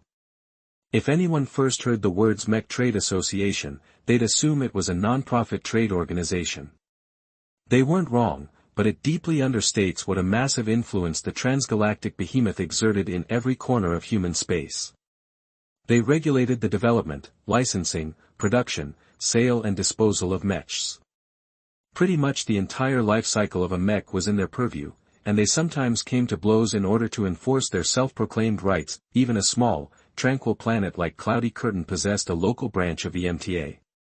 As even the greater United Terran Confederation and the new Robarth Empire acknowledged the powerful organization's supervisory powers, a small third-rate state like the Bright Republic had nothing to say about the MTA's forceful presence within its borders. The association founded branches wherever there was a sizable population of people. Lots of people meant that at least a handful of them piloted mechs. If left alone, they could get up to trouble, so the MTA always made it a policy to supervise potentates even if they didn't own a mech. Frankly, the idea that an organization outside the control of any government entity was allowed to meddle in the mech industry shouldn't have existed.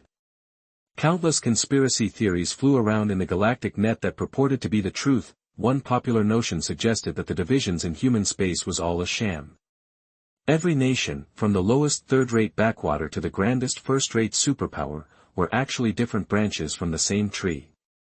A so-called Shadow Council ruled humanity from behind the throne, and the MTA was merely its most visible arm. Another less radical theory suggested that the MTA was not as independent as everyone thought.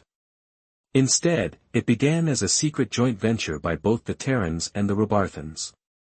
Despite their intense rivalry towards each other, they shared enough common interests to regulate the mech industry and founded the MTA to bend the military strength of other nations to their will. The MTA's existence and its stringent enforcement of its principles brought the Wild West of the mech trade to its heel.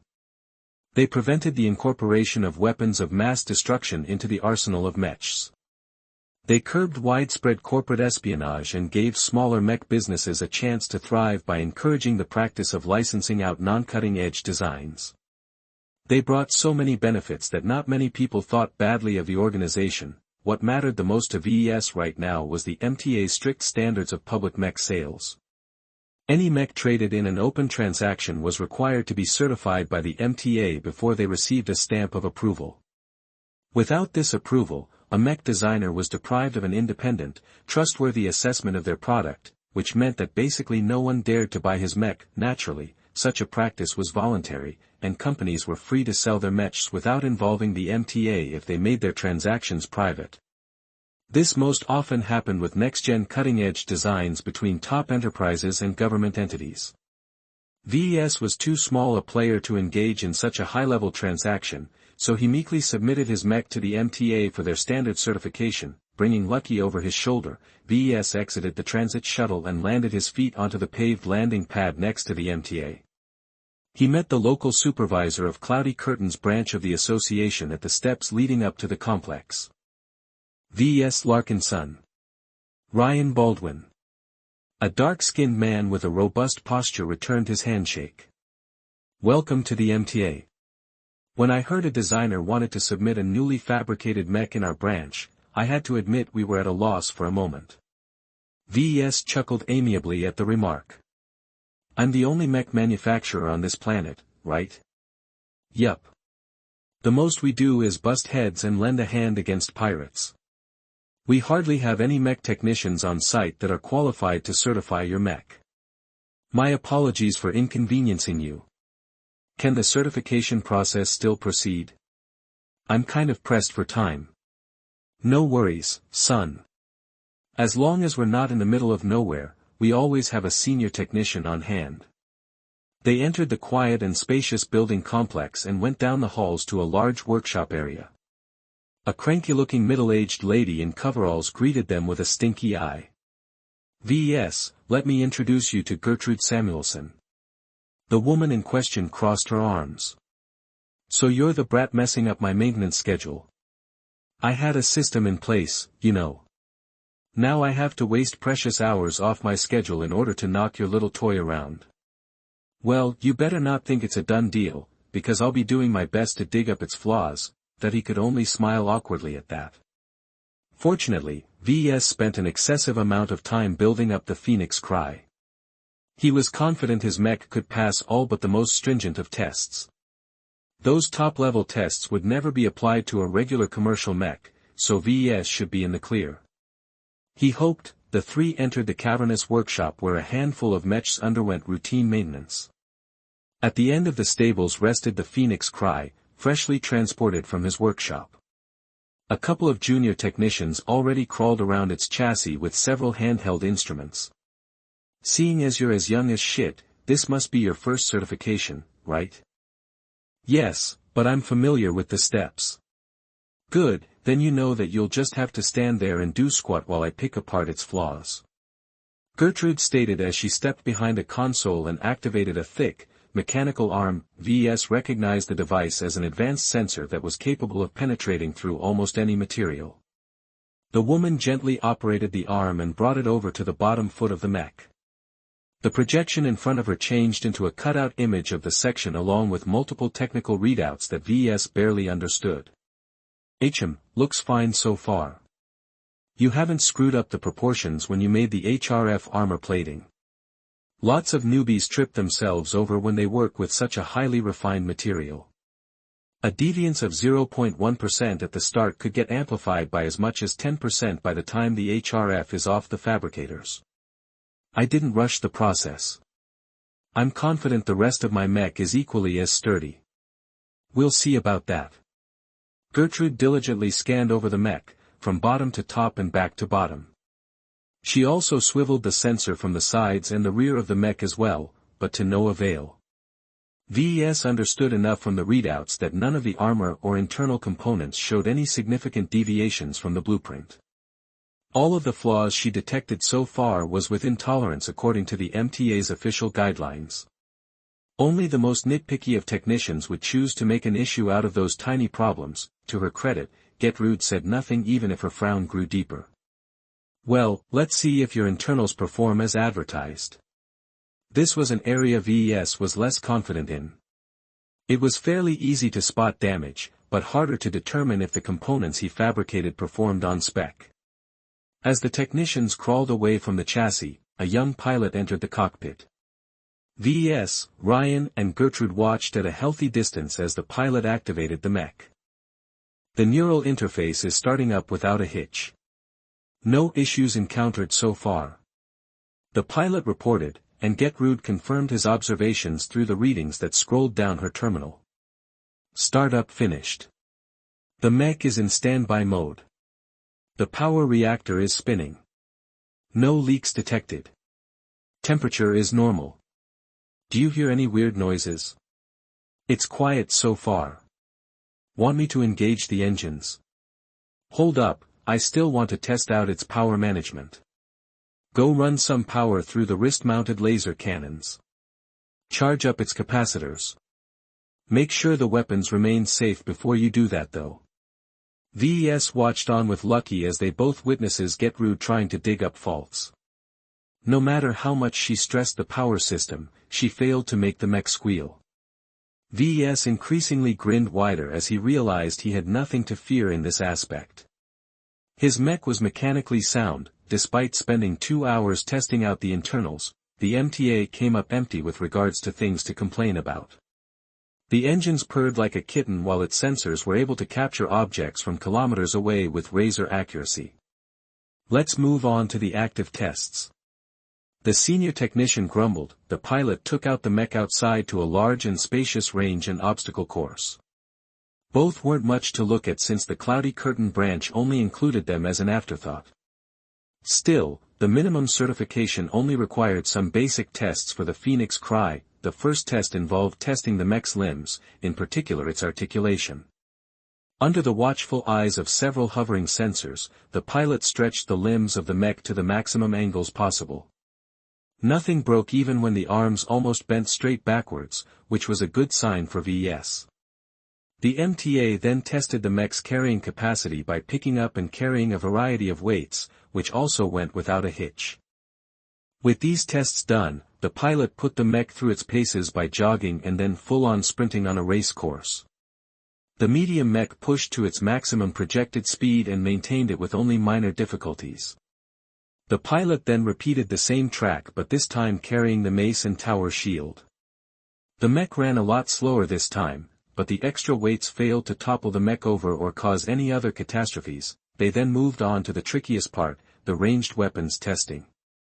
Gertrude grinned savagely as she rubbed her palms. While she held little hope in finding fault with the shoulder-mounted missiles, the lasers should be another story. Laser weapons contain plenty of tiny, delicate components, so they were also the weapons most prone to malfunction. They first tested the missile launchers, but everyone knew it was just a formality. The launchers were fairly low-tech to begin with as most of the advances in missile technology lay in the missiles themselves. The launchers only stored the missiles and kept them from exploding when they got bumped or something. Both the long-range and short-ranged missiles flew from the launchers without a hitch, and detonated against a cratered hill exactly as expected. The mech then moved on to a range, where it began to test out its wrist-mounted weapons at a variety of power levels. From the lowest setting, the pilot fired the weapon so rapidly that the beams appeared to be stuttering from an unstable power supply. Despite its shaky appearance, the lasers fired with the right amount of power and accuracy. The pilot then cranked up the power supply to the cannons. The lasers increased in size and intensity. The beams flickered less but their burn duration increased. The maximum setting practically turned the laser cannons into bringers of doom. Thick beams that looked like flowing suns escaped from the barrel and bore a set of holes right through the targets on the range. At the end of the round of testing, Gertrude came out of the process with a list full of passed criteria. Without more stringent stress testing, she could not find any other opportunity to disqualify the mech. The pilot exited from the mech and jumped straight down, relying on the anti-gravity boosters in his mech suit to land as light as a feather. When the pilot reached the trio, he removed his helmet, revealing a face and skin tone almost the same as Ryan's. "How's the mech?" "It's an incredible mech, and I'm not talking about first-timers." The pilot enthusiastically replied. "I feel like I'm piloting a giant instead of a machine. The mech responds so smoothly I can't even believe it's possible for mechs to move that way." Ryan snorted at that. "That's the advanced internals of the mech at work. You've never piloted anything other than standard budget models, so I specifically brought you here to experience this new mech. Even with the difference of a generation, an advanced mech is still in a different league compared to the cheaper current-gen models. You should try to get a chance to pilot the base model. The Caesar Augustus is a real beauty besides its impracticalities. So get rude, do I get your stamp of approval? Ves asked while the father and son pair talked about the details. It's kind of suspicious how this mech held up so well during testing. Did you even produce this mech yourself? Get-Rude asked suspiciously, as if already expecting the question. Ves shook his head and activated his comm. He sent over his logs. You can look for yourself to see I worked on it with no one else around to assist. She didn't even look at the logs. If Ves was confident enough to send them over without a problem, then they really hid nothing of note. Very well. It is in my professional judgment that your Mark Antony variant mech has broken no rules and met all the criteria our organization has set for all publicly traded mechs. Your mech will be stamped with our seal of approval and you should receive the certificate in your mail in the next hour while I finalize my report. The resignation in the lady's tone barely registered to Ves. He only felt an incredible amount of satisfaction and relief for surviving this ordeal. Now that the MTA officially certified his mech, no obstacle remained in the long road to selling his first mech. He immediately brought up his comm and called Marcella. Good news, M. My mech has just passed the MTA's certification. I'll send you the files as soon as they arrive. That's very good news. Marcella responded with a little more surprise than Ves expected. Perhaps she hadn't been very confident in his first work. I'll arrange the express shipping on my end. The mech will arrive at Bentheim in 1.5 days.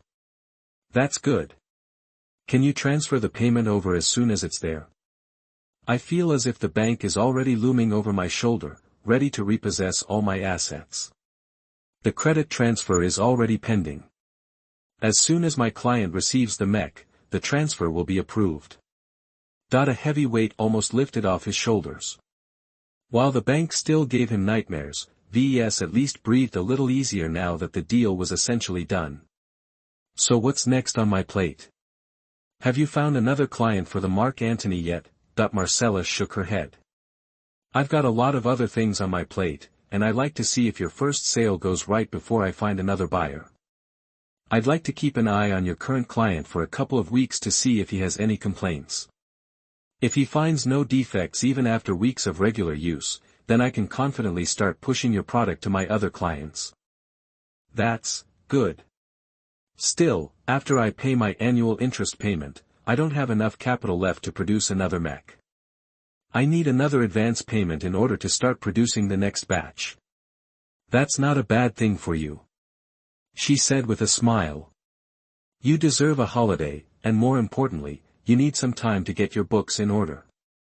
I've seen way too many startups get into trouble with the tax office due to improper accounting. Don't rely on a random AI routine downloaded from the galactic net to do your numbers. Do it yourself or hire an accountant to do so. Alright, I'll do it myself. My business is tiny and I only have one sale, so my books are very thin. Secondly, you should shore up your skills. I've seen what you did in Iron Spirit and I'm fairly impressed by the progression of your work. You've clearly improved in the short months since you first started designing mechs. Use some of the extra money you earned to get a bunch of virtual licenses and get to work expanding your repertoire. The only way a mech designer is able to advance is by pumping out new designs. I've never seen a mech designer improve by continuing to fabricate an old design. Ves nodded in agreement. I already plan to sharpen my skills in the game when I'm not busy producing a real mech.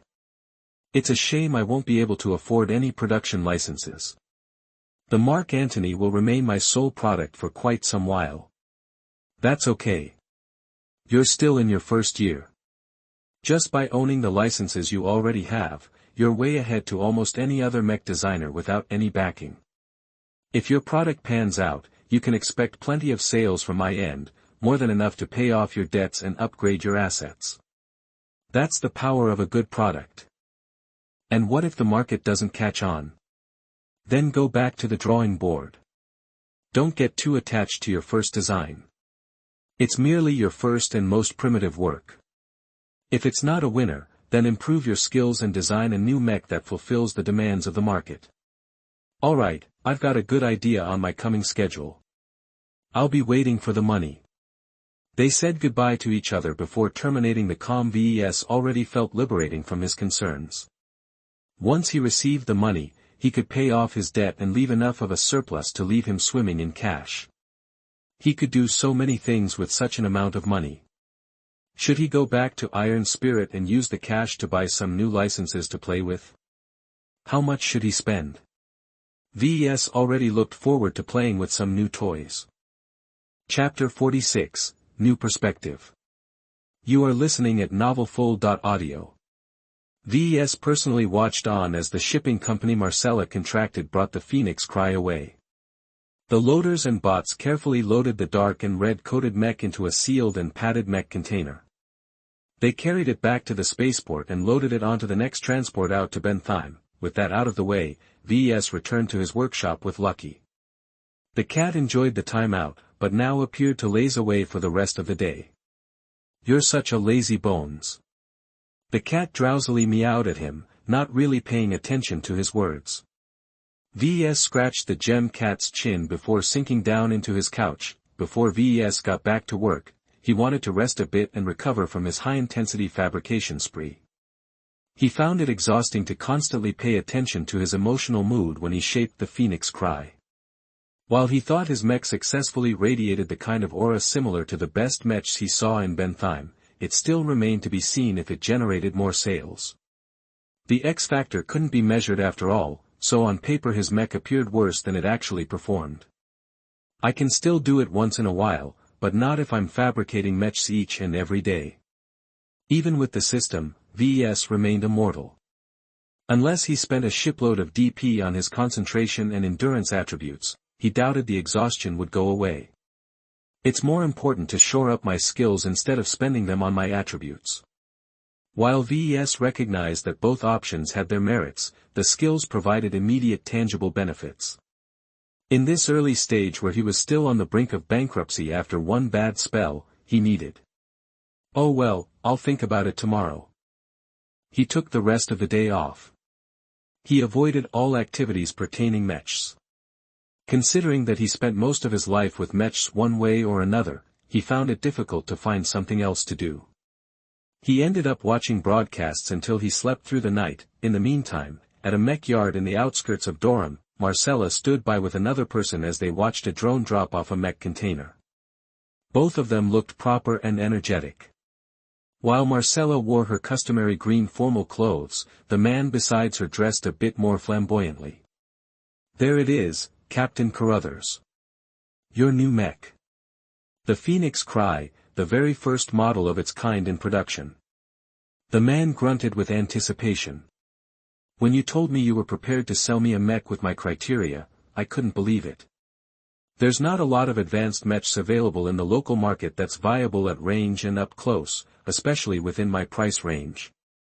The wholesale armor replacement my boy has done to your mech is the reason why it's so affordable. Don't get carried away thinking you're piloting a real Caesar Augustus. I'm confident in my skills. I've taken the model out for a spin plenty of times in the simulations. I know how far I can push this mech. As long as I don't hunt after the most notorious pirates, I'll be fine. The alternative armor is also cheaper to replace. You won't be breaking the bank with this mech as long as you don't let its core be damaged. Some of Marcella's drones flew up to unseal the container and check if its contents matched the manifest. When everything checked out, the container opened to reveal a formidable-looking mech. The drones started removing the seals that kept the mech inert and its weapons cold. Wow! Playing around with virtual toys is one thing, seeing the real deal is another. Even Marcella looked impressed. Both of them spent hours poring over the spec sheet and the simulations of the Mark Antony. While recognizing the model's inherent flaws, they both admired its decent build quality and plethora of options. Marcella saw the potential in Ves with this polished design, so she made sure to get her hooks in early before some other competitor got their claws on him. Despite her good impressions of V's first work, she only regarded it as a transient design, something to get the mech designer's business running. Even Captain Carruthers reserved some of his judgment on his new purchase. His bounty hunting outfit needed a frontliner, but not something that was helpless at range. While durability was important, he valued greater choice in offensive options more as he cross-trained in both melee and ranged weaponry. Finding a model in the market that paid equal attention to both was not difficult, but finding one that could take a beating and not cost a fortune was a challenge. He only settled on the Mark Antony due to a lack of alternatives. When the pair both came closer, their awe increased. The mech managed to put out a pressure that was not inferior to the hand-built Caesar Augustus that Bosworth's proudly put on display. The dark tones of the mech darkened the bright day somehow.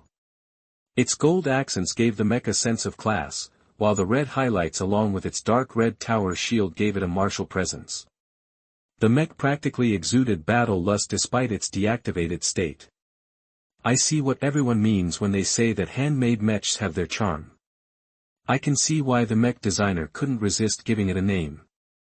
The Phoenix Cry, it's not bad, and it certainly fits. The mech designer won second place in this year's YTE. He might be young, but he has already shown he's a cut above the rest. You can't find a design with this much drive from an established mech manufacturer. The captain whistled in appreciation. The more he looked at the Phoenix Cry, the more he felt he lucked out. Before we arrived, I found myself doubting whether I should have bought a reliable mass-produced model instead, but not anymore. This doesn't look like it came from the hands of a new mech designer. Marcella brought up the mech certificate and passed it to her client. The MTA agrees as well. They put in hardly any complaints, and what they did note is well within limits. The mech designer took his time, but he delivered a solid product. I'm itching to take this mech for a spin. Be my guest. Here's the keys and codes. The captain took a lifter that took him up to the cockpit. He pressed a button on his key device that signaled the cockpit's locking mechanism. After receiving a valid signal, the mech's chest parted just enough to allow the cockpit to open up a hatch. The captain squeezed through the tight fit and took a seat with practiced ease. He admired the cockpit for a moment, still giddy at the thought of owning such an impressive-looking mech. The interior of the cockpit matched the grandeur befitting of a Caesar Augustus, though instead of majestic white the interior was mostly dyed in dark gray and gold. The only splash of red in the cockpit was the prominent button that booted up the mech. Carruthers hovered a finger over the lustrous gem. He took in the luxury of it all. Impressed, the designer kept up the luxury even as he charged half the price of the authentic base model. It didn't quite fit, but that hardly mattered to him. It gave him some bragging rights when he showed the mech off to his friends. The sheen of a gold plate shone just beneath the front console. Carruthers bent down in order to read the engraved words. CA-1C Mark Antony. Designed solely by Ves Larkinson. Hand-fabricated solely by Ves Larkinson. Made in the Bright Republic. Production #1. The plate added to the handmade feel of the mech. Carruthers chuckled at the sight. He got too used to seeing cheaply stamped plates recycled out of scrap in his previous mechs. The cheap mass-produced mechs he piloted so far all tried to cut whatever corners they could in order to save costs. Forget about gold, sometimes the plates were made out of the cheapest synthetics. Carruthers stopped fooling around and pressed his fingers softly at the matte but eye-catching gem. The mech hummed as its power reactor and engines came to life. The cockpit's illumination turned to life even as the neural interface engaged a connection with the occupant's brains. The transition from a human body to a mech stature should be highly familiar to the bounty hunter. Yet as he felt his mind sink into the mech, he encountered a depth that was deeper than any other machine he connected to before. The Phoenix Cry eagerly sucked in his mental awareness and gave it access to its deepest corners. A wash of sensations flowed over his mind as he became accustomed to the new perspective. Piloting the mech in the virtual simulations only impressed him mildly. But from how deep and rich he established his connection just now, he became aware that the Phoenix Cry. It's almost as if I'm connecting with a kindred mind instead of a soulless machine. He discarded the notion as soon as it popped up. Mechs couldn't think, let alone influence his thoughts. The spec sheet clearly stated the mech hosted no AIs in its memory banks. The neural interface also passed the MTA's stringent tests, so his observations were not clouded by contamination. Carruthers threw away all superfluous thoughts and finished up the booting process. He then took his mech out of the container. Each step thundered the ground, enough that Marcella found herself forced back. The mech turned around and took up the mace and shield hanging on a rack. The heavy tower shield felt solid to him. It would serve him well as disposable protective cover. The mace on the other hand was clearly subpar. Made out of HRF, the only thing the weapon had going for it was its weighty head and its low cost if he broke it.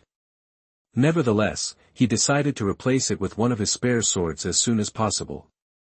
"Marcella, you don't mind me using the yard for a bit, right?" he asked over his comm. "Feel free to push your mech." Carruthers eagerly moved around with his mech. He tested the Phoenix Cry by running and testing out its weapons. The laser cannons worked like a charm, and though he hadn't filled his shoulder launchers with missiles, he was certain nothing could go wrong with them.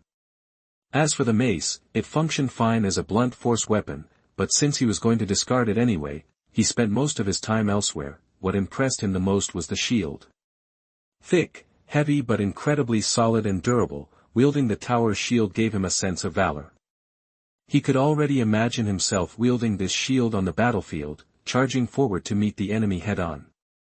While the HRF plating that made up the shield would peel fairly easily, he could easily commission a replacement if necessary.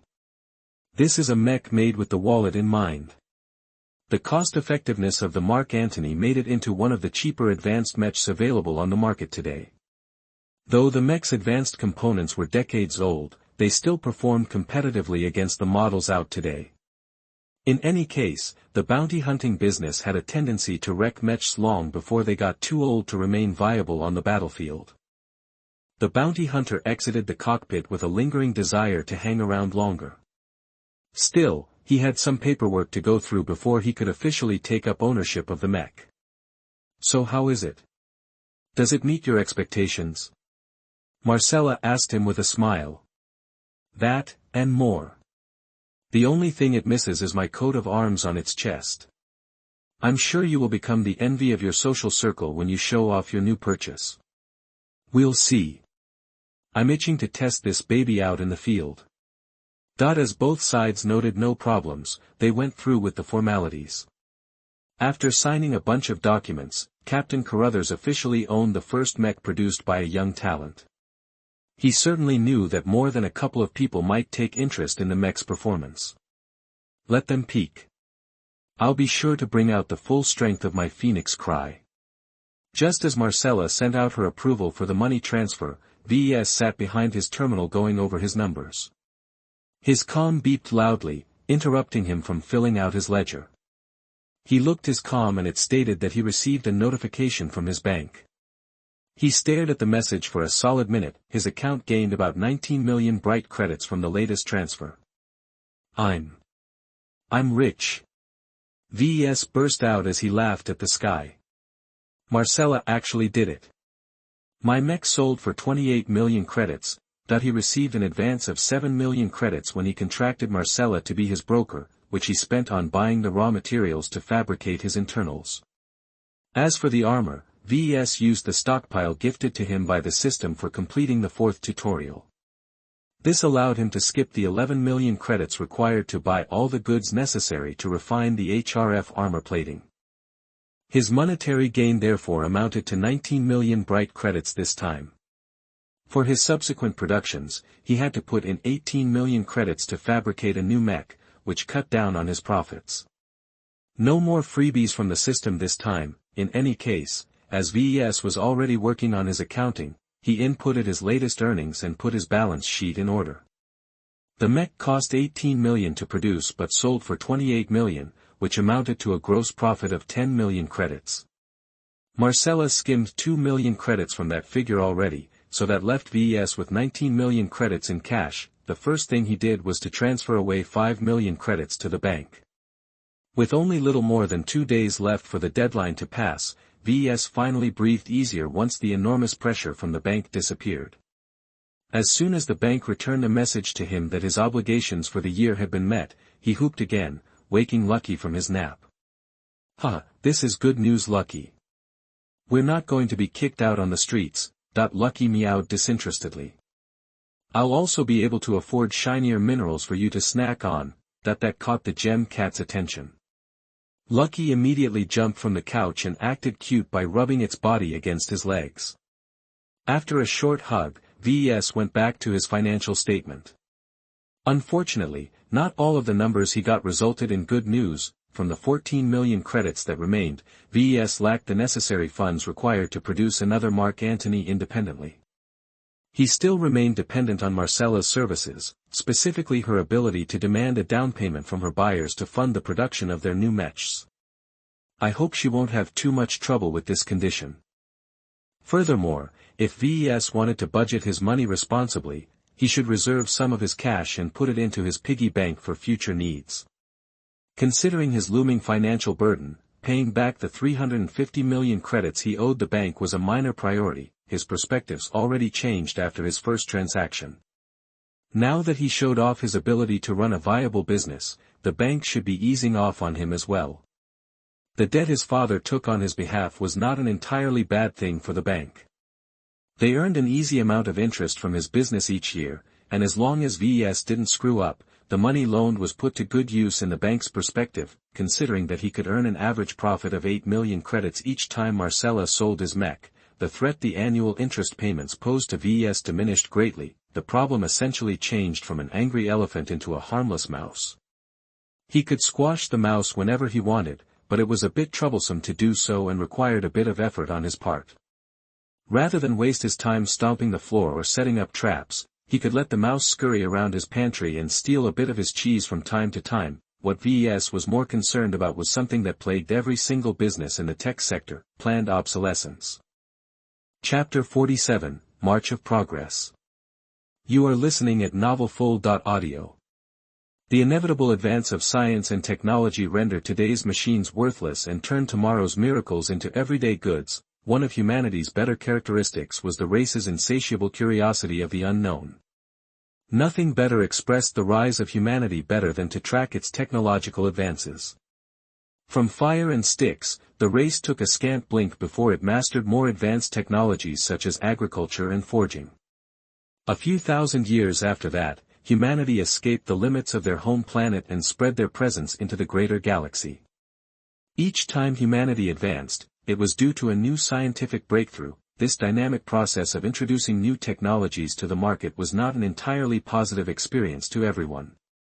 To the people involved in the mech industry, many companies might lose all of their customers if they progressed one step slower than other firms. The earlier years of the mech renaissance was a wild west, with new inventions haphazardly being introduced into the market as soon as they turned economically viable.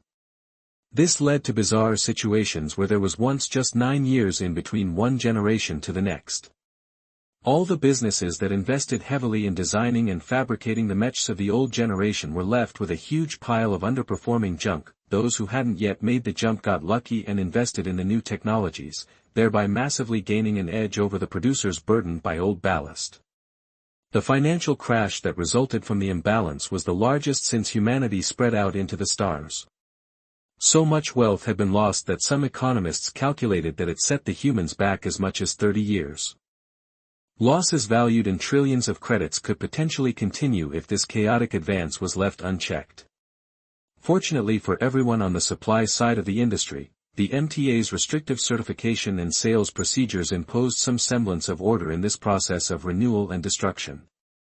The mech industry now adhered to a semi-fixed schedule of grouping technological advances into generations, each lasting about 30 to 50 years. Commercial mechs that incorporated modern technologies available to be licensed in the open market were regarded as the era's so-called current generation, or current gen for short. The generation that preceded it was called the last generation, or last gen. Generally, the differences in performance between the two was distinct, but not overpowering. As an offhand rule, it took 4 last-gen mechs to beat 3 current-gen mechs. This left producers stuck with last-gen designs a period of time to accumulate savings in order to invest in new technologies. Ves was currently in this boat, except he had much less time to renew his aging assets. Most analysts plying their opinion in the talk shows warned their audience that the current generation was going to be a short one. As about 20 years had passed since the first current-gen mechs were put on sale, that meant VES had 10 to 15 years to invest in a new production line. In practice, his time was shorter, as at the last 3 years, hardly any pilot could be fooled into buying a last-gen mech on the verge of turning obsolete. From now until the generations shifted, the prices of last-gen mechs would continue to decline. First, he had to come up with a new design.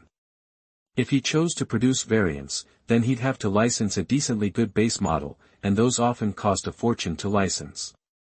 At a minimum, VES expected to fork out 1 billion credits for a basic current-gen mech. If he wanted anything fancier, then the cost might rise to as much as 2 to 4 billion credits, then he had to find replacements for his rusty 3D printer and assembler as well. If VES wanted to fully exercise his growing skills, then he'd have to acquire a more robust assembler system, which amounted to about 300 million credits. He also couldn't leave out the vital 3D printer. Without renewing his old model, it was impossible to fabricate all of the latest gadgets by himself. A small but premium model could set VES back by 700 million credits at a minimum. In total, VES had to accumulate 2 billion credits in savings in order to survive after 10 years. It was a daunting amount of money, and anything could happen within that time that could force VES to lose his savings or force him to spend it on something else. With such a colossal spending plan, VES felt the shadow over his shoulder returning with a vengeance. Though it loomed a bit further away, its shadow nonetheless dwarfed the previous worries in his mind when only his interest payment threatened his business. He'd have to churn out hundreds or even thousands of mechs to accumulate such a sum. Do I really have to save up 2 billion credits? VES asked himself as he scratched his head. Replacing the 3D printer and the assembler remained a priority. His current equipment limited his options too much. As for the licenses, VES thought up an alternative. I don't necessarily need to license a complete mech design. I already had a taste of designing an original mech when I cobbled up the Drake together out of spare parts in the qualifiers for the Fusion Cup. If VES was generous in his description, then mech design was simply a process whereby the designer puzzled different components together. Nowhere did it state that the mech designer had to reinvent the wheel and design all of the parts by himself. With the widespread availability of component licenses in the open market, the only thing a mech designer needed to do was to grab a couple of existing parts and stuff them together into a single frame, and voila, a new design emerged from his hands. The benefits of designing an original blueprint were numerous. First, he saved out on licensing costs. The money VES coughed up to license a full set of components was as much as a quarter to half the amount required to license a complete design. If VES picked his parts from the lower-end segment of the market, then his total costs would not amount more than 300 million credits. The system will also be happy at me for stepping up to original designs. This was the second benefit of choosing to go this route. The system considered designing variants of existing models to be a low-class occupation. It only offered grains of DP for each new design and sale of a variant mech. The system in fact awarded him with 28 DP for his first real mech sale. It seemed the system treated real mech sales differently, chopping off 6 digits from credit price of the sale to determine the amount of DP VES earned. It sounded like a minor windfall, but considering that the prices of the items in the skill tree and store increased dramatically to purchase the better stuff, then 28 DP per sale might not sustain him for long. VES already drooled at the potential amount of DP he could earn from selling his own designs. The system can't be that generous, right? Original designs also gave VES an advantage in another way. If the quality of his design surpassed the average of the market, then VES could potentially enjoy a final benefit.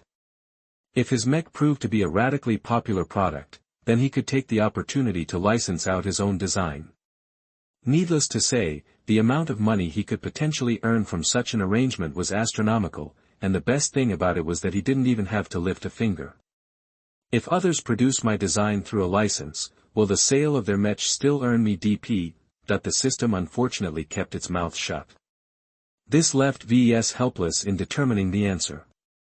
Still, From the way the system worked so far, VES guessed it might not be too stingy. It treated virtual mech sales as a source of DP even if VES left the production to the game operator's servers. Naturally, all of these possibilities were fanciful daydreams. VES was nowhere close to designing and fabricating an original design, let alone come up with something that could win awards and attract licensing requests. He had to build up both his monetary reserves and his personal skills before he revisited the issue. Alright, at least I've set a long-term goal for myself. In 10 years' time, I want to replace my equipment and come up with at least one viable original design. It was a lofty goal that very few mech designers could fulfill if they stepped into his shoes.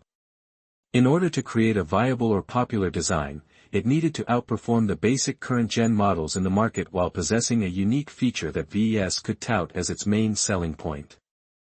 Take the Caesar Augustus for example. Despite its many detriments, the mech attracted a small but devoted fanbase. The old design achieved this success by relying on its unique points, that being the merging of outstanding defense with flexible offense. Coming up with a design that performed marginally better than the mainstream models wasn't enough. If VES wanted to stand out with a design just like Jason Kozlowski had all those years ago, then he had to incorporate something unique only to him in his work. He had to specialize. His consideration in this area excluded the X factor. Not only was such an elusive concept difficult to perceive, VES also lacked the means to advance his skills in this area with his design points. Rather than throw himself against a wall trying to make something invisible as his selling point, he'd rather focus on improving something that his customer could touch and see. The question is, what will my specialization look like? VES already considered this question once before. He chose to focus on developing his ability to design light and medium mechs. But that still included too much possibilities. He risked scattering his focus if he cast too wide a net. He had to narrow down his future aspirations in order to come up with a realistic spending plan for his DP. Looking at the massive skill tree wouldn't help due to the plethora of choices it offered. No, VES had to decide from his heart. Only by pursuing a path he fully invested into could he take it to the end. Let's leave out the options that I won't be pursuing. First off, he flatly ruled out the exotic developments. He lacked the background to start messing around with building a mech from organic materials or experimenting with juggernauts. Next, he ruled out heavy mechs. While developing such a hugely expensive mech might offer great returns, the amount of investment required to master all of its systems took too long. Usually teams of mech designers pooled their respective specialties in order to develop a viable heavy mech design. Now that he was left with the basics, VES further narrowed down his scope by leaving out weapon systems. The development of lasers, cannons, missiles and sophisticated melee weapons was a discipline in itself. As the technologies behind these weapons were already quite mature, it took an exorbitant amount of effort to squeeze out a few drops of improvement. He risked neglecting his foundational skills if he diverted too much effort in improving his weapons development. It was better to leave this area to the professionals and rely on licensing. Only an extraordinary genius like the polymath could keep up with all the developments and even advance the field with her own efforts. People almost couldn't count how many patents Claire Gramza registered. Everyone was convinced she earned more money from licensing out her technology than selling her mechs. VES took inspiration from another star designer instead. The armorer brilliantly carved a spot at the very top by developing the best armor for his mechs. Tons of enthusiastic mech pilots with a bit of money to spare flocked to his products. While his mechs might not excel too much in other areas, the mere fact that a mech designed by Raul Mendoza cut back on casualties by as much as 50% was a miracle in itself. Pilots always valued their lives. Focusing on just armor might not be good enough. His starting point was lower than anyone else. To achieve measurable success in the field, he had to develop his skills pretty deeply in order to compete against geniuses who specialized in armor at the start of their education. VES already had a taste of the immense disparity when he competed against Edwin McKinney in the finals of the Fusion Cup. Instead, VES took his idea on another track. Working with the Fantasia models and well as the Caesar Augustus allowed him to glean certain insights into the challenge of balancing protection with speed. His interests ignited when he considered the beautiful way Jason employed the armor on the Augustus. Ves already played around with the armor scheme when he redesigned the mech to be built with the HRF armor plating. I think I'd enjoy the process of developing my own armor schemes. Trying to achieve the greatest amount of protection without sacrificing speed is an eternal dilemma every mech designer faced. Instead of taking the route the armorer took and try to achieve the absolute best protection, Ves only needed to develop something good enough while allowing the mech to maintain most of its speed. This fit in the quintessential design scheme that underpinned medium mechs, so Ves decidedly left out light mechs in his future plans. Many designers with a better foundation than Ves have tried to make advanced in both speed and armor. Most of them failed miserably, while the rest eked out mediocre earnings with designs that marginally performed better than the competition. While he could also fall flat, he still possessed one thing many others lacked. The system. Only up to this moment did he open his skill tree.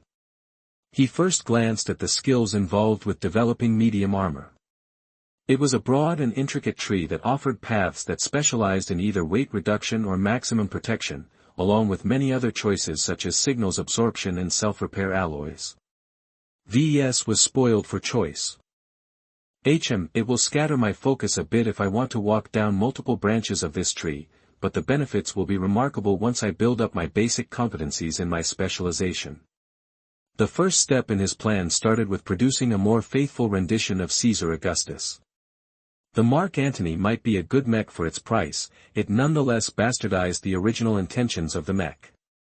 If he applied good quality armor instead of the cheap stuff, then he would be able to design more expensive mechs.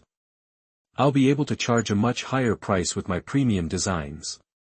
The pilots that fall into this segment don't care as much about saving every penny. My profit margins will swell as a result. Higher profits resulted in higher investment. He'd be able to acquire new licenses and replace his old gear much faster as a result.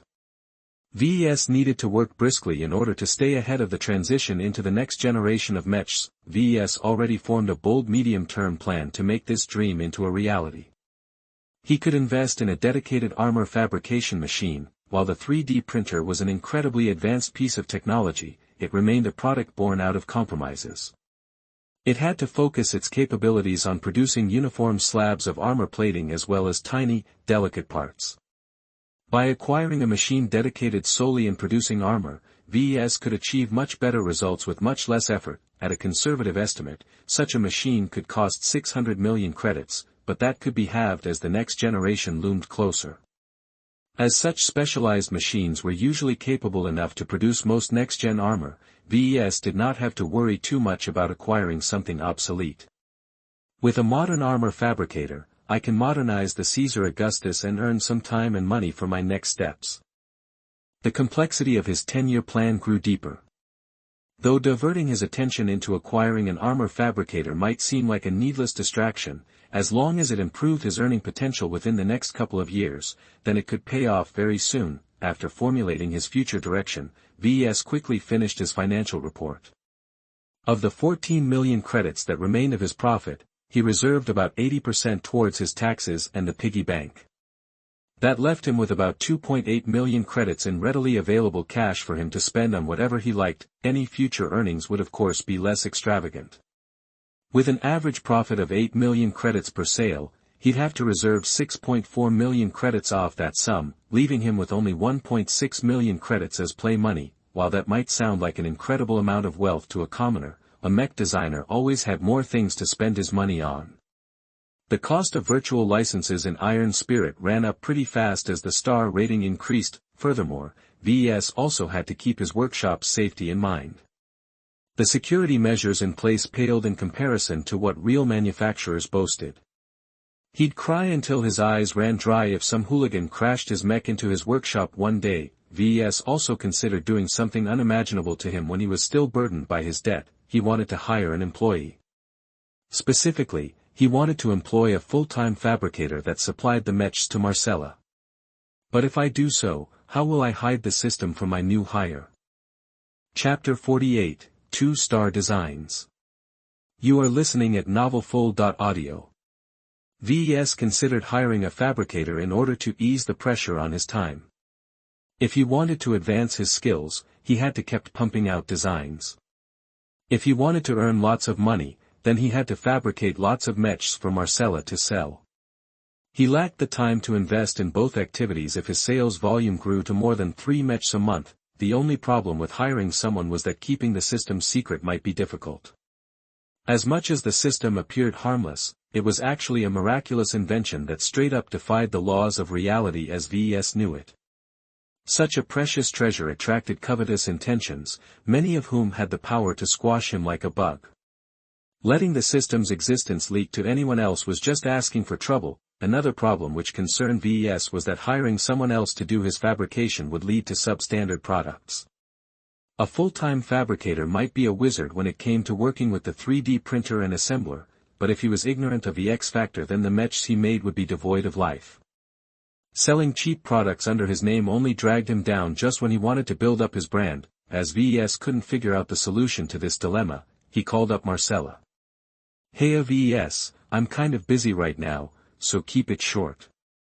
I'm having a bit of an issue here," Ves said, then explained his thoughts regarding his potential hire. Marcella smiled at him as if the problem was trivial. "Well, it's too early to hire a mech technician, so you have plenty of time to think it over. If you want my opinion, why not do both? You can sell the mechs produced by your personnel at the standard price and charge a premium if the client wants a mech handmade by the designer. Just set the price point high enough so you don't get too burdened." That was actually a great idea. It kept Ves busy without leaving the fabricator with nothing to do. He'd essentially leave the grunt work to his employee and only come out and fabricate in person if the money was worth it. Still, it depended on whether the clients were willing to fork out the extra cash. Don't worry about generating sales for your premium variant. I'll take care to pace you with such requests so you don't spend too much time on it. There are always at least some clients who make some requests to modify the design a bit. Sometimes they want the mech to be flashier. Other times they want the mech to bear a customized emblem in its armor pattern. I think the going rate for such customizations is 2 million credits. Earning an additional 2 million credits per sale was a generous amount. Naturally he'd charge more if the client requested more drastic changes. Marcella hung up in order to get back to her work. Before she left, she warned him to expect another prospective sale in about 4 weeks or so. That was enough time for their first client to provide feedback on the Phoenix Cry's performance in the field. Ves considered the issue of hiring a fabricator later when he got a good idea of how many sales Marcella achieved. Instead, he turned to a much more interesting activity. He was ready to go back to designing virtual mechs. He recalled the experience of designing different variants of the Fantasia and the Caesar Augustus and how much experience he gained in applying his growing skills. If Ves wanted to grow to the point of designing a viable original mech, then he'd have to become as good as the seasoned mech producers with a couple of successful designs under their belt. With 2.8 million credits in his spending account, his scope had widened. Though he could easily log into Iron Spirit's market and purchase a huge amount of one-star designs, what would be the point? He'd earn only scraps of DP with each successful design and sale. "Hey system, can I ask you something? Since I can earn 1 DP when I design a 1-star mech and 50 DP when I design a 5-star mech, what are the rewards for designing 2, 3, and 4-star mechs?" The base rewards for designing a 2-star mech is 5 design points. The rewards go up to 10 design points for 3-star mechs. The reward further increases to 25 design points for 4-star mechs. Do note that these rewards are lower when selling a mech based on your designs. Please work diligently in improving your designs so that you may work proficiently with more advanced models. In other words, the system told him to get off his butt and start designing higher-starred mechs. Though he owned a pair of 5-star virtual licenses, his skills were too insufficient. The Mark Antony generated only a piddling amount of sales, and Ves doubted that would ever change since he hadn't really brought anything unique to the design other than the X factor.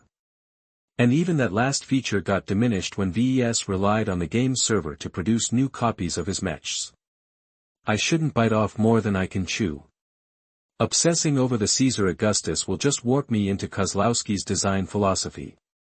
I should keep an open mind and develop my own principles. Considering his generous budget, he felt it was a good idea to start upgrading to 2-star designs. To be honest, he could skip a grade and purchase a few ultra-discounted budget 3-star virtual licenses, but he still had plenty of time to reach this grade with a proper reserve of cash. For now, he preferred to make a gradual progression through the generations of mechs. By experiencing each major generational group, Ves could increase his insights into the history of mechs and their major developments. As soon as he made up his mind, Ves eagerly logged into the game for the first time in weeks. He happily sauntered over to the location in the virtual city where they sold the virtual licenses.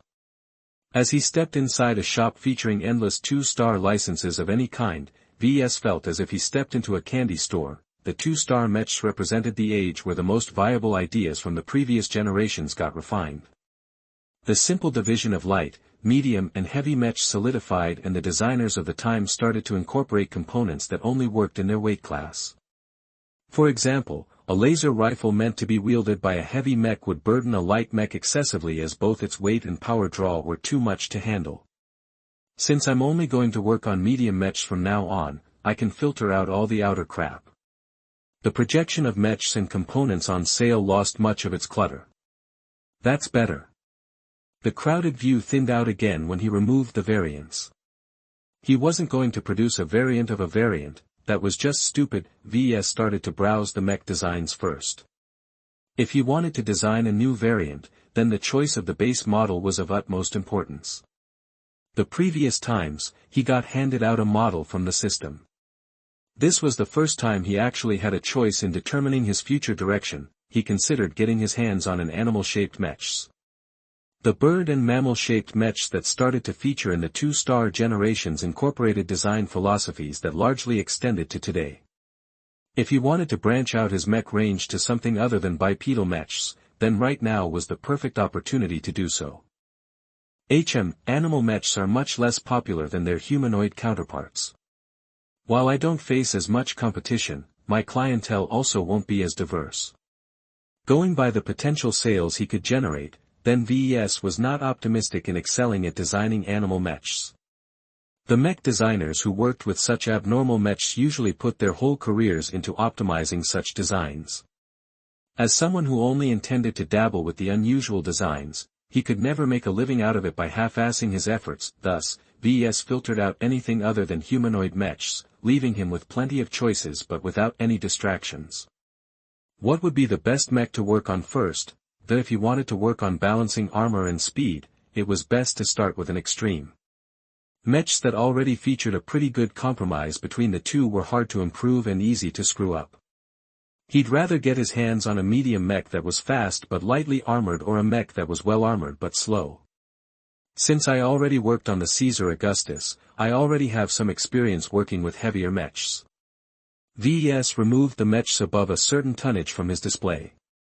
This finally produced a much more general overview of available designs.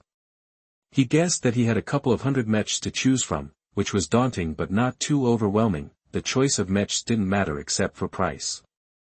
Most 1-star mech licenses cost about 100,000 credits to acquire. The virtual licenses for 2-star mechs jumped up to an average of 1 million credits already.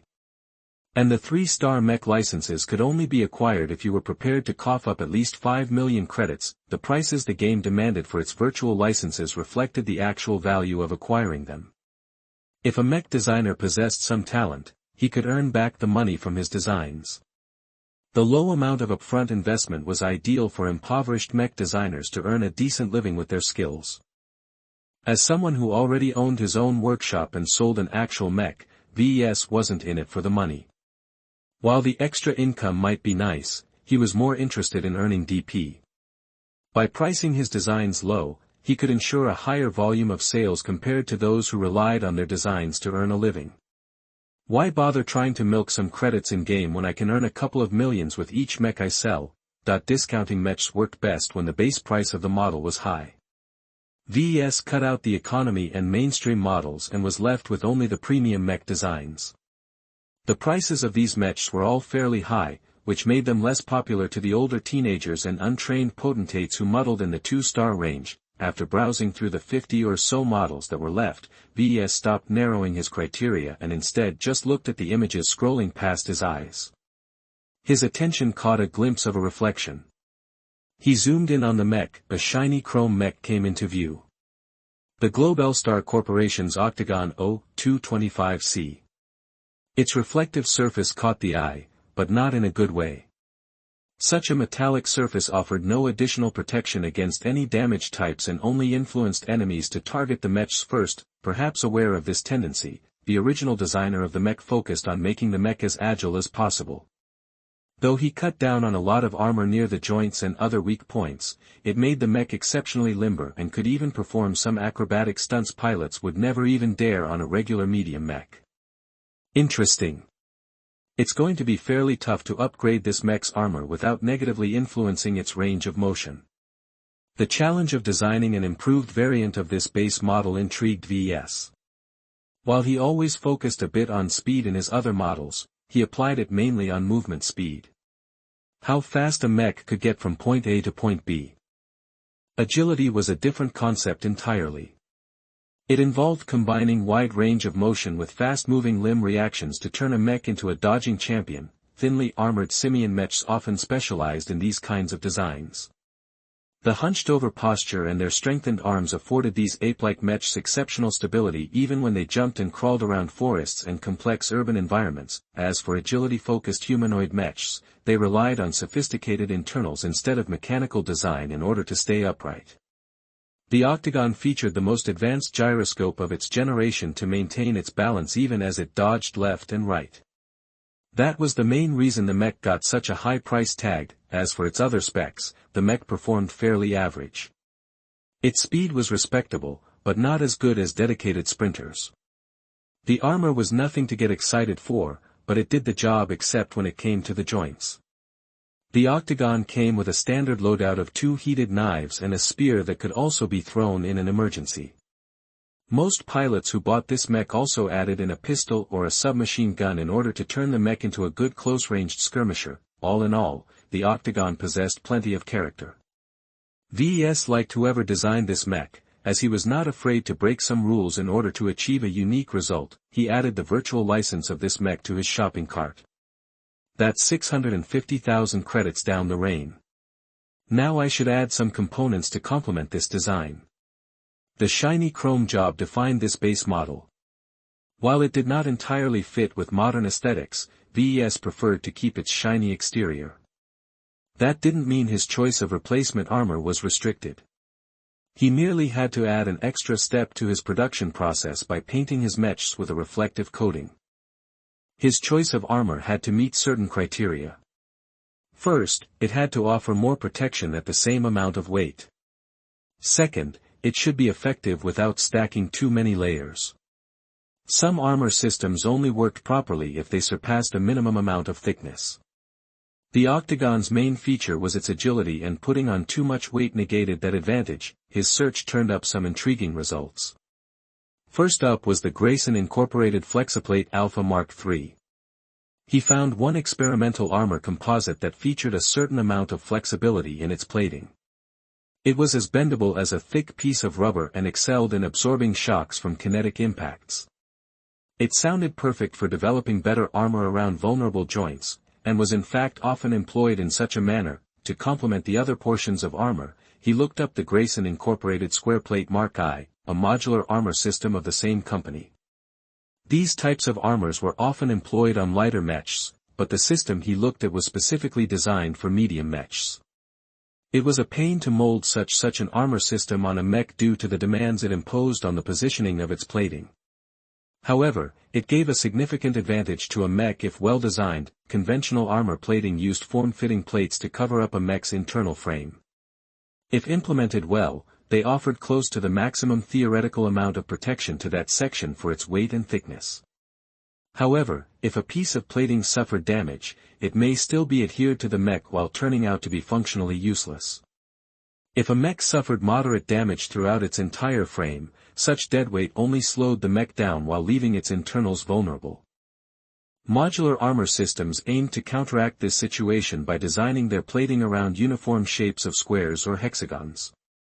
It made the mech look a little angular or bumpy, but offered a great amount of freedom in shedding its damaged layers. The more damage a mech sustained, the more plates it shed, thus the less weight it had to haul everywhere. This provided mechs with modular armor a distinct advantage in the later stages of a battle. Naturally, such a system came with its own trade-offs, or else it would have been much more popular today. The fixed shapes of its plating were only partially variable in size. The square plate only featured 3 different sizes. One big plate for chest armor and the like, one medium plate for arms and limbs, and one smaller plate for tricky angles and fingers. Working with these 3 shapes made any mech variant lose their most optimal armor scheme. That and other factors caused modular armor systems to be able to absorb less damage than their conventional equivalent. It has a pretty good performance anyway despite that point. Ves concluded. He hadn't worked with modular armor before, but was highly intrigued by its possibilities. Modular armor was one of the best solutions out today that attempted to marry together armor with speed. If Ves was serious about developing his specialization in this area, then he couldn't avoid working with this nifty invention. Adding both the flexi plate and the square plate to his shopping list increased his bill by 150,000 credits. Ves had enough for one session now. He wanted to exercise his mind right away and was unwilling to consider replacing other components before he learned more about the Octagon mech. A total of 800,000 credits disappeared from his bank account by the time Ves acquired the 3 virtual licenses. The difference in costs compared to 1-star mechs daunted any novice mech designer. He was working in a whole other stage now, and the consequences of screw-ups rose by a significant fraction. Luckily he already possessed real experience working with the equivalent of a 5-star mech, so Ves maintained his confidence. Chapter 49, Modular Armor. You are listening at novelfull.audio. Working with modular armor posed unique challenges to the mech designer. To visualize the problems the designer faced, imagine being handed a square or rectangular piece of paper. If you were told to make a cylinder out of the paper, you could easily bend it in a way so that one end of the paper touched the other end. What resulted was a pretty good cylinder with a cutout in the same of a circle. What if instead of a big piece of paper, you got handed some cardboard instead? And not just one piece, but many smaller pieces that you weren't allowed to bend. With a bit of tape, you could approach the shape of a cylinder with square pieces of cardboard, but the cross-section wouldn't look as smooth as a circle anymore. It would look like a many-sided shape that only approximated a circle. The same concept applied to working with modular armor as opposed to conventional armor. Modern 3D printers and armor fabricators could miraculously produce armor plates in virtually any complex shape. It could mold something as thick as an entire chest plate to something as delicate as the armor around a mech's fingers. A lot of this flexibility was lost when working with modular armor. Even the most masterful designs always left out gaps and other inefficiencies. Having purchased the Octagon medium mech together with the flexi plate and the square plate, Ves left the game and loaded the designs into the Mech Designer System. Though Iron Spirit or his own terminal's design interface featured plenty of tools and aids, the system offered the best assistance by far. If Ves had to guess, the designer module of the system was at least 200 years ahead of the most advanced design software on the market. He possessed a devastating advantage against his competitors, and he'd be a fool to neglect its many tools. Oh wait, before I start designing, it's best if I spend all my remaining DP. Ves reminded himself as he remembered he still possessed around 900 DP. What he found perplexing was that he earned more DP from selling his virtual mechs than his real mechs. The virtual version of his Mark Antony rewarded him with a fixed amount of 25 DP, while the real version was dependent on the total sales volume, which meant an average of 28 DP. However, it was a lot easier to sell a virtual mech than a real mech. Ves foresaw that he would be selling a lot more virtual mechs while his real mech sales volume remained in the double digits. Did the system burp when it calculated the DP rewards for his virtual mechs? Whatever was the case, Ves eagerly planned to make use of its generosity. He opened the skill tree again with glee. As he could expect an uptick of DP once he put up a couple of new designs for sale, he wasn't stingy with his current reserve. He looked down the list and found a sub-skill he had been eyeing for a while, medium-weight armor optimization 2, 600 DP. As he bought it, the influx of knowledge he received blacked him out for a moment. This time the knowledge dealt more with details and nuances, which caused Ves to forcefully memorize a whole bag of new tricks. It definitely paid off already, as by the time he woke up he became a lot more confident in working with his new armor licenses. Curious about his current state, Ves called up his status again. Status, name, Ves Larkinson, profession, novice mech designer, specializations, none, design points, 304. Attributes, strength, 0.7. Dexterity, 0.7. Endurance, 0.7. Intelligence, 1.2. Creativity, 1. Concentration, 1.2. Neural aptitude, F. Skills, assembly, apprentice, 3D printer proficiency 2, assembler. Proficiency 2. Business, apprentice, computer science, incompetent, electrical engineering, novice, mathematics, incompetent, mechanics, apprentice, jury rigging 2, speed tuning I. Metallurgy, apprentice. Metaphysics, incompetent, physics, novice, lightweight armor optimization I, medium-weight armor optimization 2, evaluation, an ugly carp about to leap the retarded dragon gate. Despite the system's harsh standards, Ves recognized he was approaching the upper limit of a novice mech designer. The system hadn't told him the criteria for promotion, but from his own knowledge of how mech designers were ranked, he'd probably break through if he raised a main skill from apprentice to journeyman level. It's a bit too early for me to advance my rank, Ves remarked as he still planned to allocate his upcoming DP on other skills. Picking up speed tuning 2 was inexpensive at 400 DP. Apprentice level physics was a bit more expensive at 1000 DP, but it shored up his foundation nicely and could help him out a lot when designing armor schemes. After that, he'd have saved 2000 DP and pick a main skill to upgrade. Ves leaned towards mechanics as that was his main strength, but considering his recent shift in focus perhaps physics or metallurgy might be a better choice. In any case, Ves could revisit the decision later when he actually had DP to spend. Ves missed the systems designer suite. When Ves worked on the mechs in the Young Tigers exhibition, he was forced to use regular software to design the Drake in the qualifiers. He felt cramped and handicapped and felt certain he made far more mistakes than he ought to. The system's interface provided many more advantages. Perhaps too much. I'm getting dependent on the system, Ves admitted to himself in a tone that spoke of no regrets. I'm short on time and even more lacking in money. I'd rather hug this thick thigh than to crawl in the mud trying to find the exit to hell on my own. With the manner in which he upgraded his many skills, it wasn't easy for him to forget what the system forced in his mind. If Ves somehow got separated from the system, he still had his upgraded skills to rely on.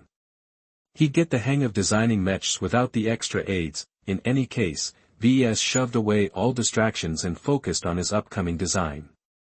He loaded the quirky mech designed by the Globelstar Corporation and sat back to view its intricate design before doing anything else. He wanted to get into the head of the original designer and figure out why he designed this risky model. This mech excels in urban combat. The denser the streets, the better it's able to run circles around its opponent. Ves looked up the history of the Globelstar Corporation and guessed right. When the company was still in operation, its headquarters was based in one of the Greater United Terran Confederation's major port systems. Designing a mech suited for urban combat was an acute priority at the time, though the historical files was short on details regarding the developers of the Octagon. Ves nonetheless inferred that the mech was a job commissioned directly by the Terrans as part of a broad push to develop new specialized mechs. The Octagon enjoyed limited success but never really caught on. The concept was too radical and few mech pilots accepted the innovation. Agility-focused mechs started to really gain their stride in later generations, in part because the Octagon and a few other models paved the way beforehand. Ves then looked at the mech's combat footage in both historical recordings and replays from the game.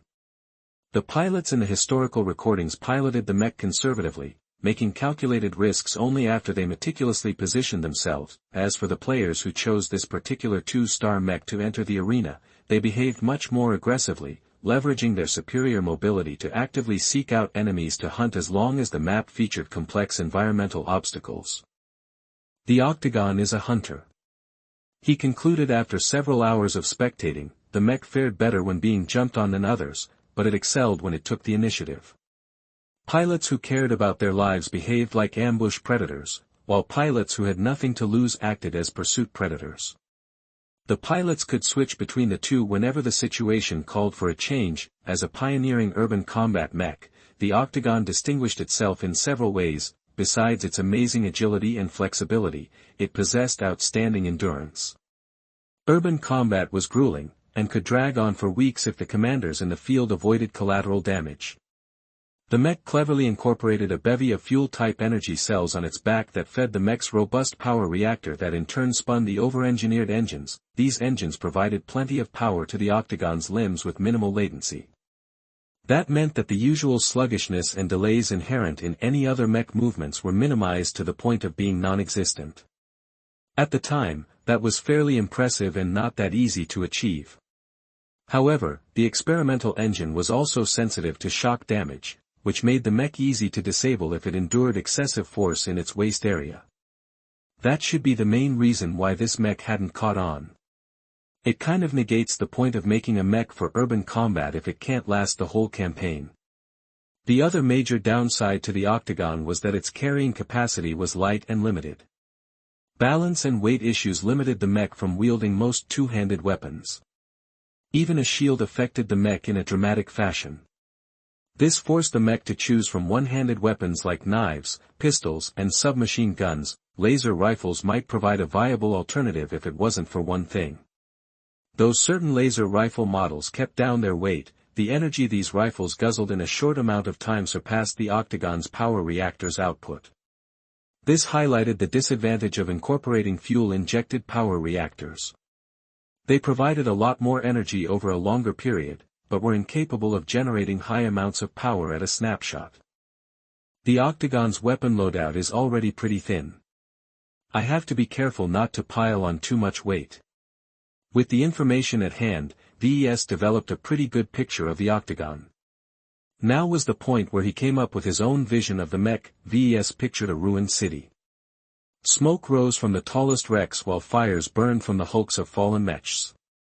With streets chock full of debris from vehicles and nearby buildings, the darkened silhouette of the Octagon straggled between two molten piles of slag that used to be a pair of mechs.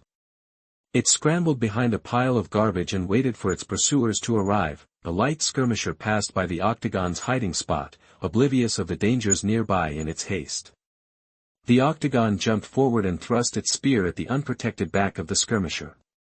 The incredible momentum behind the blow shattered through the thin armor and pierced the cockpit. After brutally pulling out the blooded spear, the Octagon swept sideways as it dodged a couple of rapid ballistic rifle shots. The Octagon spun like a top and used the terrain to its advantage. Though it received plenty of hits, only a couple of square armor plating fell of its frame. Even though the exhausted Octagon's armor looked half-empty with lots of square holes in it, the speed in which it burst through the bullet barrage allowed the nimble mech to stab its spear against the rifle, destroying it with one firm blow. The rifleman mech didn't panic and let go, drawing a short sword from its hips with its other hand. The Octagon, having put most of its forward momentum in that spear thrust, let go of its weapon as well and entered the rifleman's reach without even withdrawing its own backup weapons. Instead, in a feat of amazing piloting, it ducked when the sword swiped at it and reached the rifleman's side.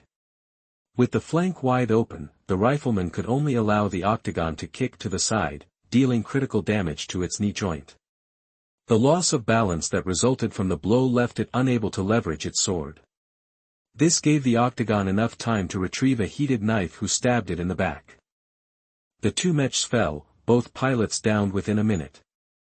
The Octagon left the battlefield without a word and dived deeper into the fallen city, hunting and seeking more prey to devour. Ves emerged from the vision with a bright light in his eyes.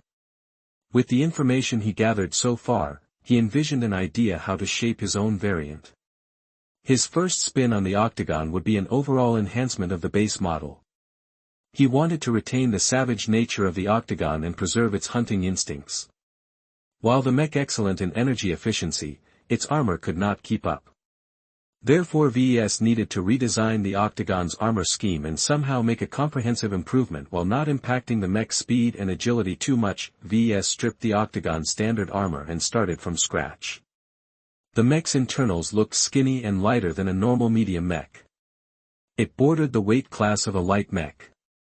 With his upgraded medium armor optimization too, VES developed several prospective armor schemes in which to clad the naked Octagon frame. If he maximized the number of larger plates, VES was able to offer a great amount of protection. However, use of too many oversized plates also increased the gaps in the armor as he was forced to make it less form-fitting. Using smaller plates allowed VES to conform the armor closer to the internal frame. While this increased the variant's mobility, a bunch of smaller plates plainly offered less overall protection than a single large plate. He therefore spent roughly a day to draft an armor scheme that fell in between. Using his enhanced skill, he cleverly employed the square plate at subtle angles, never letting a single surface lay completely flat. This introduced a slightly disorienting pattern to the mech. The different angles allowed the mech to ablate incoming damage a little better. However, it risked pooling damage towards the troughs of the armor surface. To solve this hidden problem, VES added extra armor underneath the square plate layers. He enhanced critical portions of the square-like wireframe that held the plates together with flexi-plate.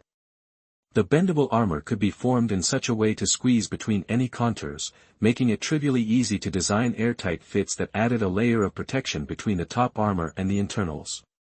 The flexi-plate's amazing shock absorption also gave the new variant more resistance to damage that resulted from employing tight turns and risky falls. The system's tools helped ease the delicate design work, but since it involved making on-the-spot judgments, VES had his share of heavy lifting. It took 2 days to come up with a 2-layered structure where thin layers of flexi-plate cushioned the heavier layers of square plate.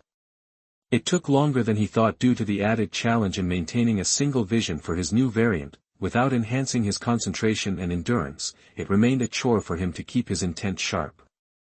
As the X-Factor was his only real specialty so far, VES could not skip such a small but useful advantage. He wanted to improve his ability to impart the X-Factor in his mechs. What would a mech look like if it achieved an A+ rating for the X-Factor? The galaxy will shift when that happens. VES jokingly thought. It would be the birth of a god. Still, VES thought it was unlikely for such a fantasy to come to life. Despite being half convinced that mechs do possess the capability to exhibit signs of life, he doubted it reached the extent imagined in apocalyptic scenarios. His best result achieved a C score. The budding designer hoped he could break past his record with his new Octagon variant. After affirming his motivation, VES dove into his work once more and refined the armor scheme again. The armor he produced so far was a little on the heavy side and he hadn't even designed the fittings for the joints. Step by step, the shape of a prowler came into existence. Chapter 50, Hunter. You are listening at novelfull.audio. VES looked at the 5th iteration of the Octagon's radically redesigned armor scheme. He spent a week to come this far. The main changes he made involved setting plates in certain oblique angles that made it easier to deflect damage instead of taking it head-on. The use of subtle angles and a ribbed pattern made the mech appear as if it wore a crocodile's skin. Incorporating such an unusual armor scheme came with a major disadvantage. By stacking the armor plates at an angle, VES needed to incorporate more armor in the same surface area than if he stacked the plates at a flat angle. It was like using a pack of cards to make a house of cards instead of just placing them side by side. One method maximized the surface area, while the other method increased the density. In order to keep down the Octagon's weight, VES was required to shave off the amount of square plate armor layers and skimp down on the flexi plate. After all this work, I don't think the mech's armor has improved very much. VES sighed. The dramatic improvements he anticipated hadn't come true. Physical limitations simply couldn't be bypassed no matter how many tricks he employed. Still, it's impressive enough that its ability to absorb damage is improved by 5% or so without impacting its agility. It came at a significant cost. The square plate armor that he liberally used was more expensive than the Octagon stock armor while actually providing a slightly lesser amount of protection. If VES wasn't insistent on using a modular armor system, he could have made much higher gains with alternative armoring. Through his work, VES felt he was missing an ingredient to make his ideas work. An invisible wall stopped his efforts in completely harmonizing the armor with improved protection while avoiding too many speed reductions. This is a more complex problem than I thought. He concluded, and admitted that he underestimated the difficulties in conjuring up a magical solution that no one had ever thought about. I'm too burned out to work any further on this design. Thought he noticed a difference when he worked on the Octagon. When he worked on his two best products, the Fantasia II Seraphim and the C1 Mark Anthony, he worked on them with a great amount of passion to the point of ignoring difficult-to-solve defects in their design. That was especially the case concerning the Seraphim, which he whipped up in record time very early in his career. If VES revisited the Seraphim, he might just die from embarrassment from all the faults he left in the design. Yet VES felt none of his pride for the design diminishing. The Seraphim was a successful product, and a handful of young Bronze League players enjoyed their time with it. The design possessed a spark of life. Could he say the same for his latest project? VES estimated if he forcefully grinded out a new variant off the Octagon, he'd end up with a pile of junk. He learned something new today. No matter how much you focus your mind on a single intent, it didn't replace real capability. His skills needed to keep up with the image in his mind. He revisited the image he kept in his mind. He wanted to design a hunter, a predator of the streets, one that could match the range of motion of apes while being able to fight like a human. He eluded all pursuit and instead chose to pursue his enemies. None could survive a blow they couldn't see coming. It's missing a stealth option. VES realized, then scratched his head. The two-star generation of mechs offered more mature options for stealth, but they still had their flaws. It cost a lot of credits to purchase a license that was only effective in a very small range. He couldn't justify the expenditure in a pure cost-to-benefit judgment. But my feelings say it needs this option. The original Octagon made do without stealth.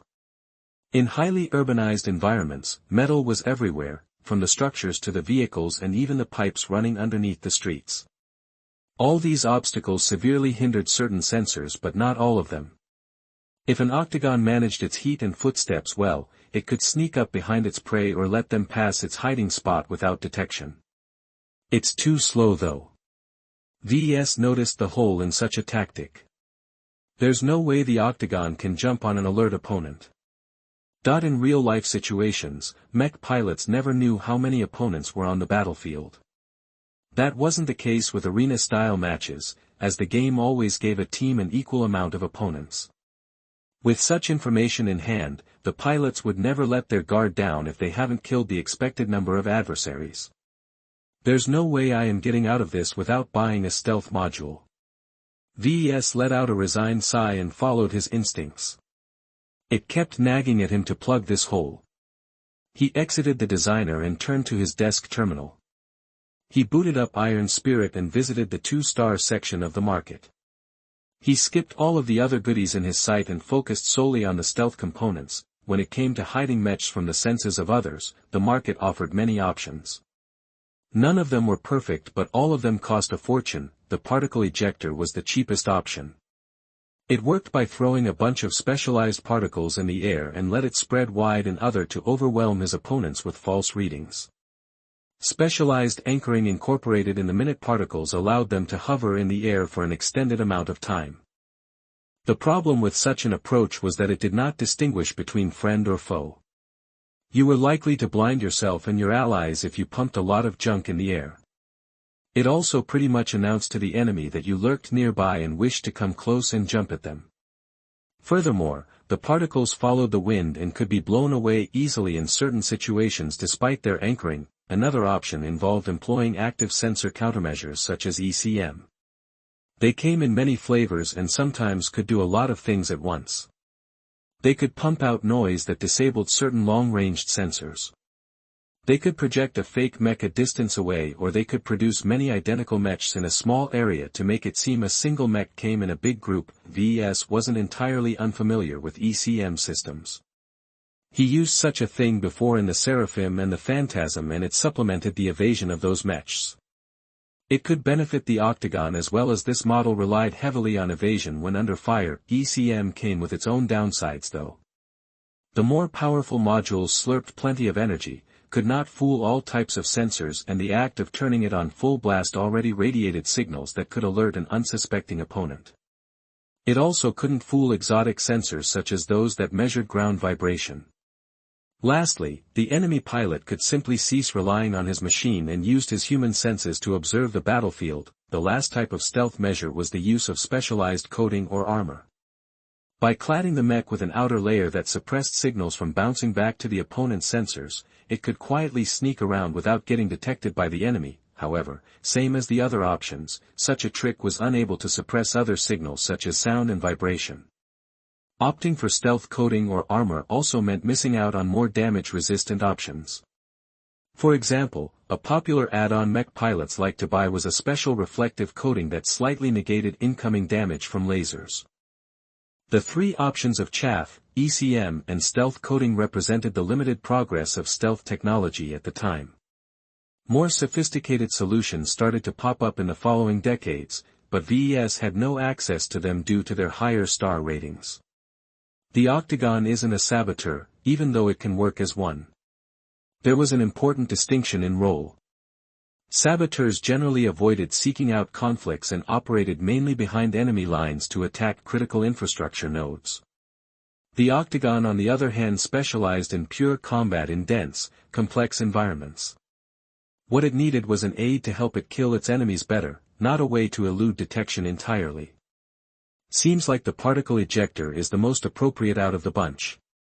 The particle ejector might be limited in the amount of particles a single mech could carry, but the ejector was relatively low-tech and could be mounted pretty much anywhere. Besides the payload canisters, it weighed very little and drew very little energy as well, allowing for minimal disruption to the performance of the mech. Much like missile launchers, the real technology was in its payload and not its launching method. The particles one could launch varied in their density, longevity, wind sensitivity, and more. Out of all the choices VES had available, he picked a module that didn't last very long but was highly effective in a larger area. His spending account shrank by 300,000 credits once he acquired the famed Relic Systems Valhalla Particle Ejection Module First Edition. Many other virtual mechs who sought out battlefield disruption methods chose the same particle ejectors. Its features were tailor-made for short-duration but high-intensity arena matches. With a new goodie in hand, VES read the manual and familiarized himself as best he could with the new technology. The main issue he faced was to decide where to mount it and how many canisters he added to the mech. At least the good thing about the canisters is that they can be ejected once they're used up, much like the modular armor. VES decided to be generous and added 4 refills alongside the canister in the ejector's chambers. While such an amount was excessive for 1v1s, the pilot could always change his loadout beforehand in the lobby or discard the canisters at the start of the match. He went to work adding the ejector and canisters to the back of the mech. Adding them there disrupted the balance of the mech but preserved its full range of motion. Still, VES found the addition to be troublesome. It was like adding a backpack to an athlete. No matter how little stuff was put in the pack, it still dragged down the person's peak performance. Wait a minute. The particle ejector isn't very complicated. Why do I even need to make a fixed attachment? That there was nothing stopping him from improvising an external shell around the module. The component drew little power and only required a single data cable to communicate with the mech's processors. Using the designer, VES rapidly constructed a cage that held the projector and 4 additional canisters. He then added a couple of fixtures that attached the cage to the back of the mech who carried the contraption. He then turned back to his unfinished mech and modified the back to accommodate these fixtures. It was a little tricky designing slots that allowed mechs to attach and detach something from behind, but the Octagon's impressive range of motion for its arm helped make it viable. It actually took a day of tweaking to refine the design. After accomplishing all that work, VES smiled at his work. The variant's capabilities had increased without negatively impacting its mobility. If the mech was on the hunt, it could engage its particle ejector beforehand and detach it from its back once it did its job. After stowing it in a corner, the mech could fight to its heart's content. It could return to reattach the particle ejector if it successfully survived the battle. The only problem emerges if the mech is attacked from behind. In order to accommodate the attaching system, VES was forced to poke some holes in the rear armor. While not very large, these gaps provided enemy sharpshooters a small chance to disable the modified octagon in one shot depending on its damage type and caliber. Everything had its trade-offs. VES chose to go down this path because it fit his variance hunter mentality. Let's add to the flair. As VES had incorporated the festive cloud generator in pretty much all his mechs, the new octagon was no exception. He added a high-capacity version of the module to the particle ejector cage. VES set its color profile to be a psychedelic mishmash of bright colors, though he also added in the usual white, gray or black presets to its settings so that pilots could pick whatever they preferred. VES programmed the cloud generator to go off just as the particle ejector launched its own payload.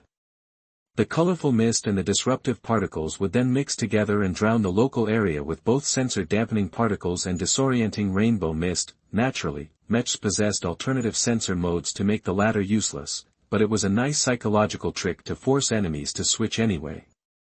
He even tweaked the octagon's viewing mode to switch automatically once it activated the particle ejector. The octagon's sensors aren't very exceptional either. The main problem with throwing crap in the air was that it affected everyone indiscriminately, including the octagon. With the level of technology back then, VES had no good solutions to mitigate this problem. Incorporating high-powered sensors not only drew more energy than he was comfortable with, they also acted as a lighthouse in the middle of the dark, practically exposing the mech's location. It's up to the pilot to make the best out of the equipment. I can't do anything else to help. VES refined the mech's armor scheme once again in order to properly accommodate the cage on its back. With its spear and knives, the mech looked more menacing than the base model. He spent 2 more days on refining its angles and perfecting its balance so that the mech wouldn't lean too forward or backwards whether it carried the cage or not. After a final polishment, the variant came near to its final form. The last step involved adding the coating. VES chose to mimic the base model and gave the mech in a highly reflective chrome exterior. Such a choice made the mech difficult to hide from optical sensors, but it might provide an interesting appearance when it fought in the middle of its particle cloud. Once he fully completed his design, VES gave the mech a name. Let's call you the Mist Prowler. Well system, how did I do? Design evaluation, Mist Prowler. Variant name, 225cm Mist Prowler. Base model, Octagon 225C. Original manufacturer, Globelstar Corporation. Weight classification, medium light. Recommended role, guerrilla fighter. Armor, C+. Carrying capacity, E-. Aesthetics, B. Endurance, B+. Energy efficiency, A. Flexibility, A. Firepower, F+. Integrity, C. Mobility, B+. Spotting, D+. X factor, E. Deviance, 37%, performance improvement, 14%, cost efficiency, -50%, overall evaluation. The Mist Prowler is a reimagining of the base model that performs slightly better at a much higher cost. The mech features a redesigned armor scheme that has marginally improved its damage absorption capacity but provides increased mobility in battles of attrition. The added particle ejection system gives the mech an advantage in shorter battles if the pilot is skilled enough to make the best out of the opportunity. You have received 75 design points for completing an original design with a performance improvement of over 10%. You have received 100 design points for designing a mech with a trace of X factor.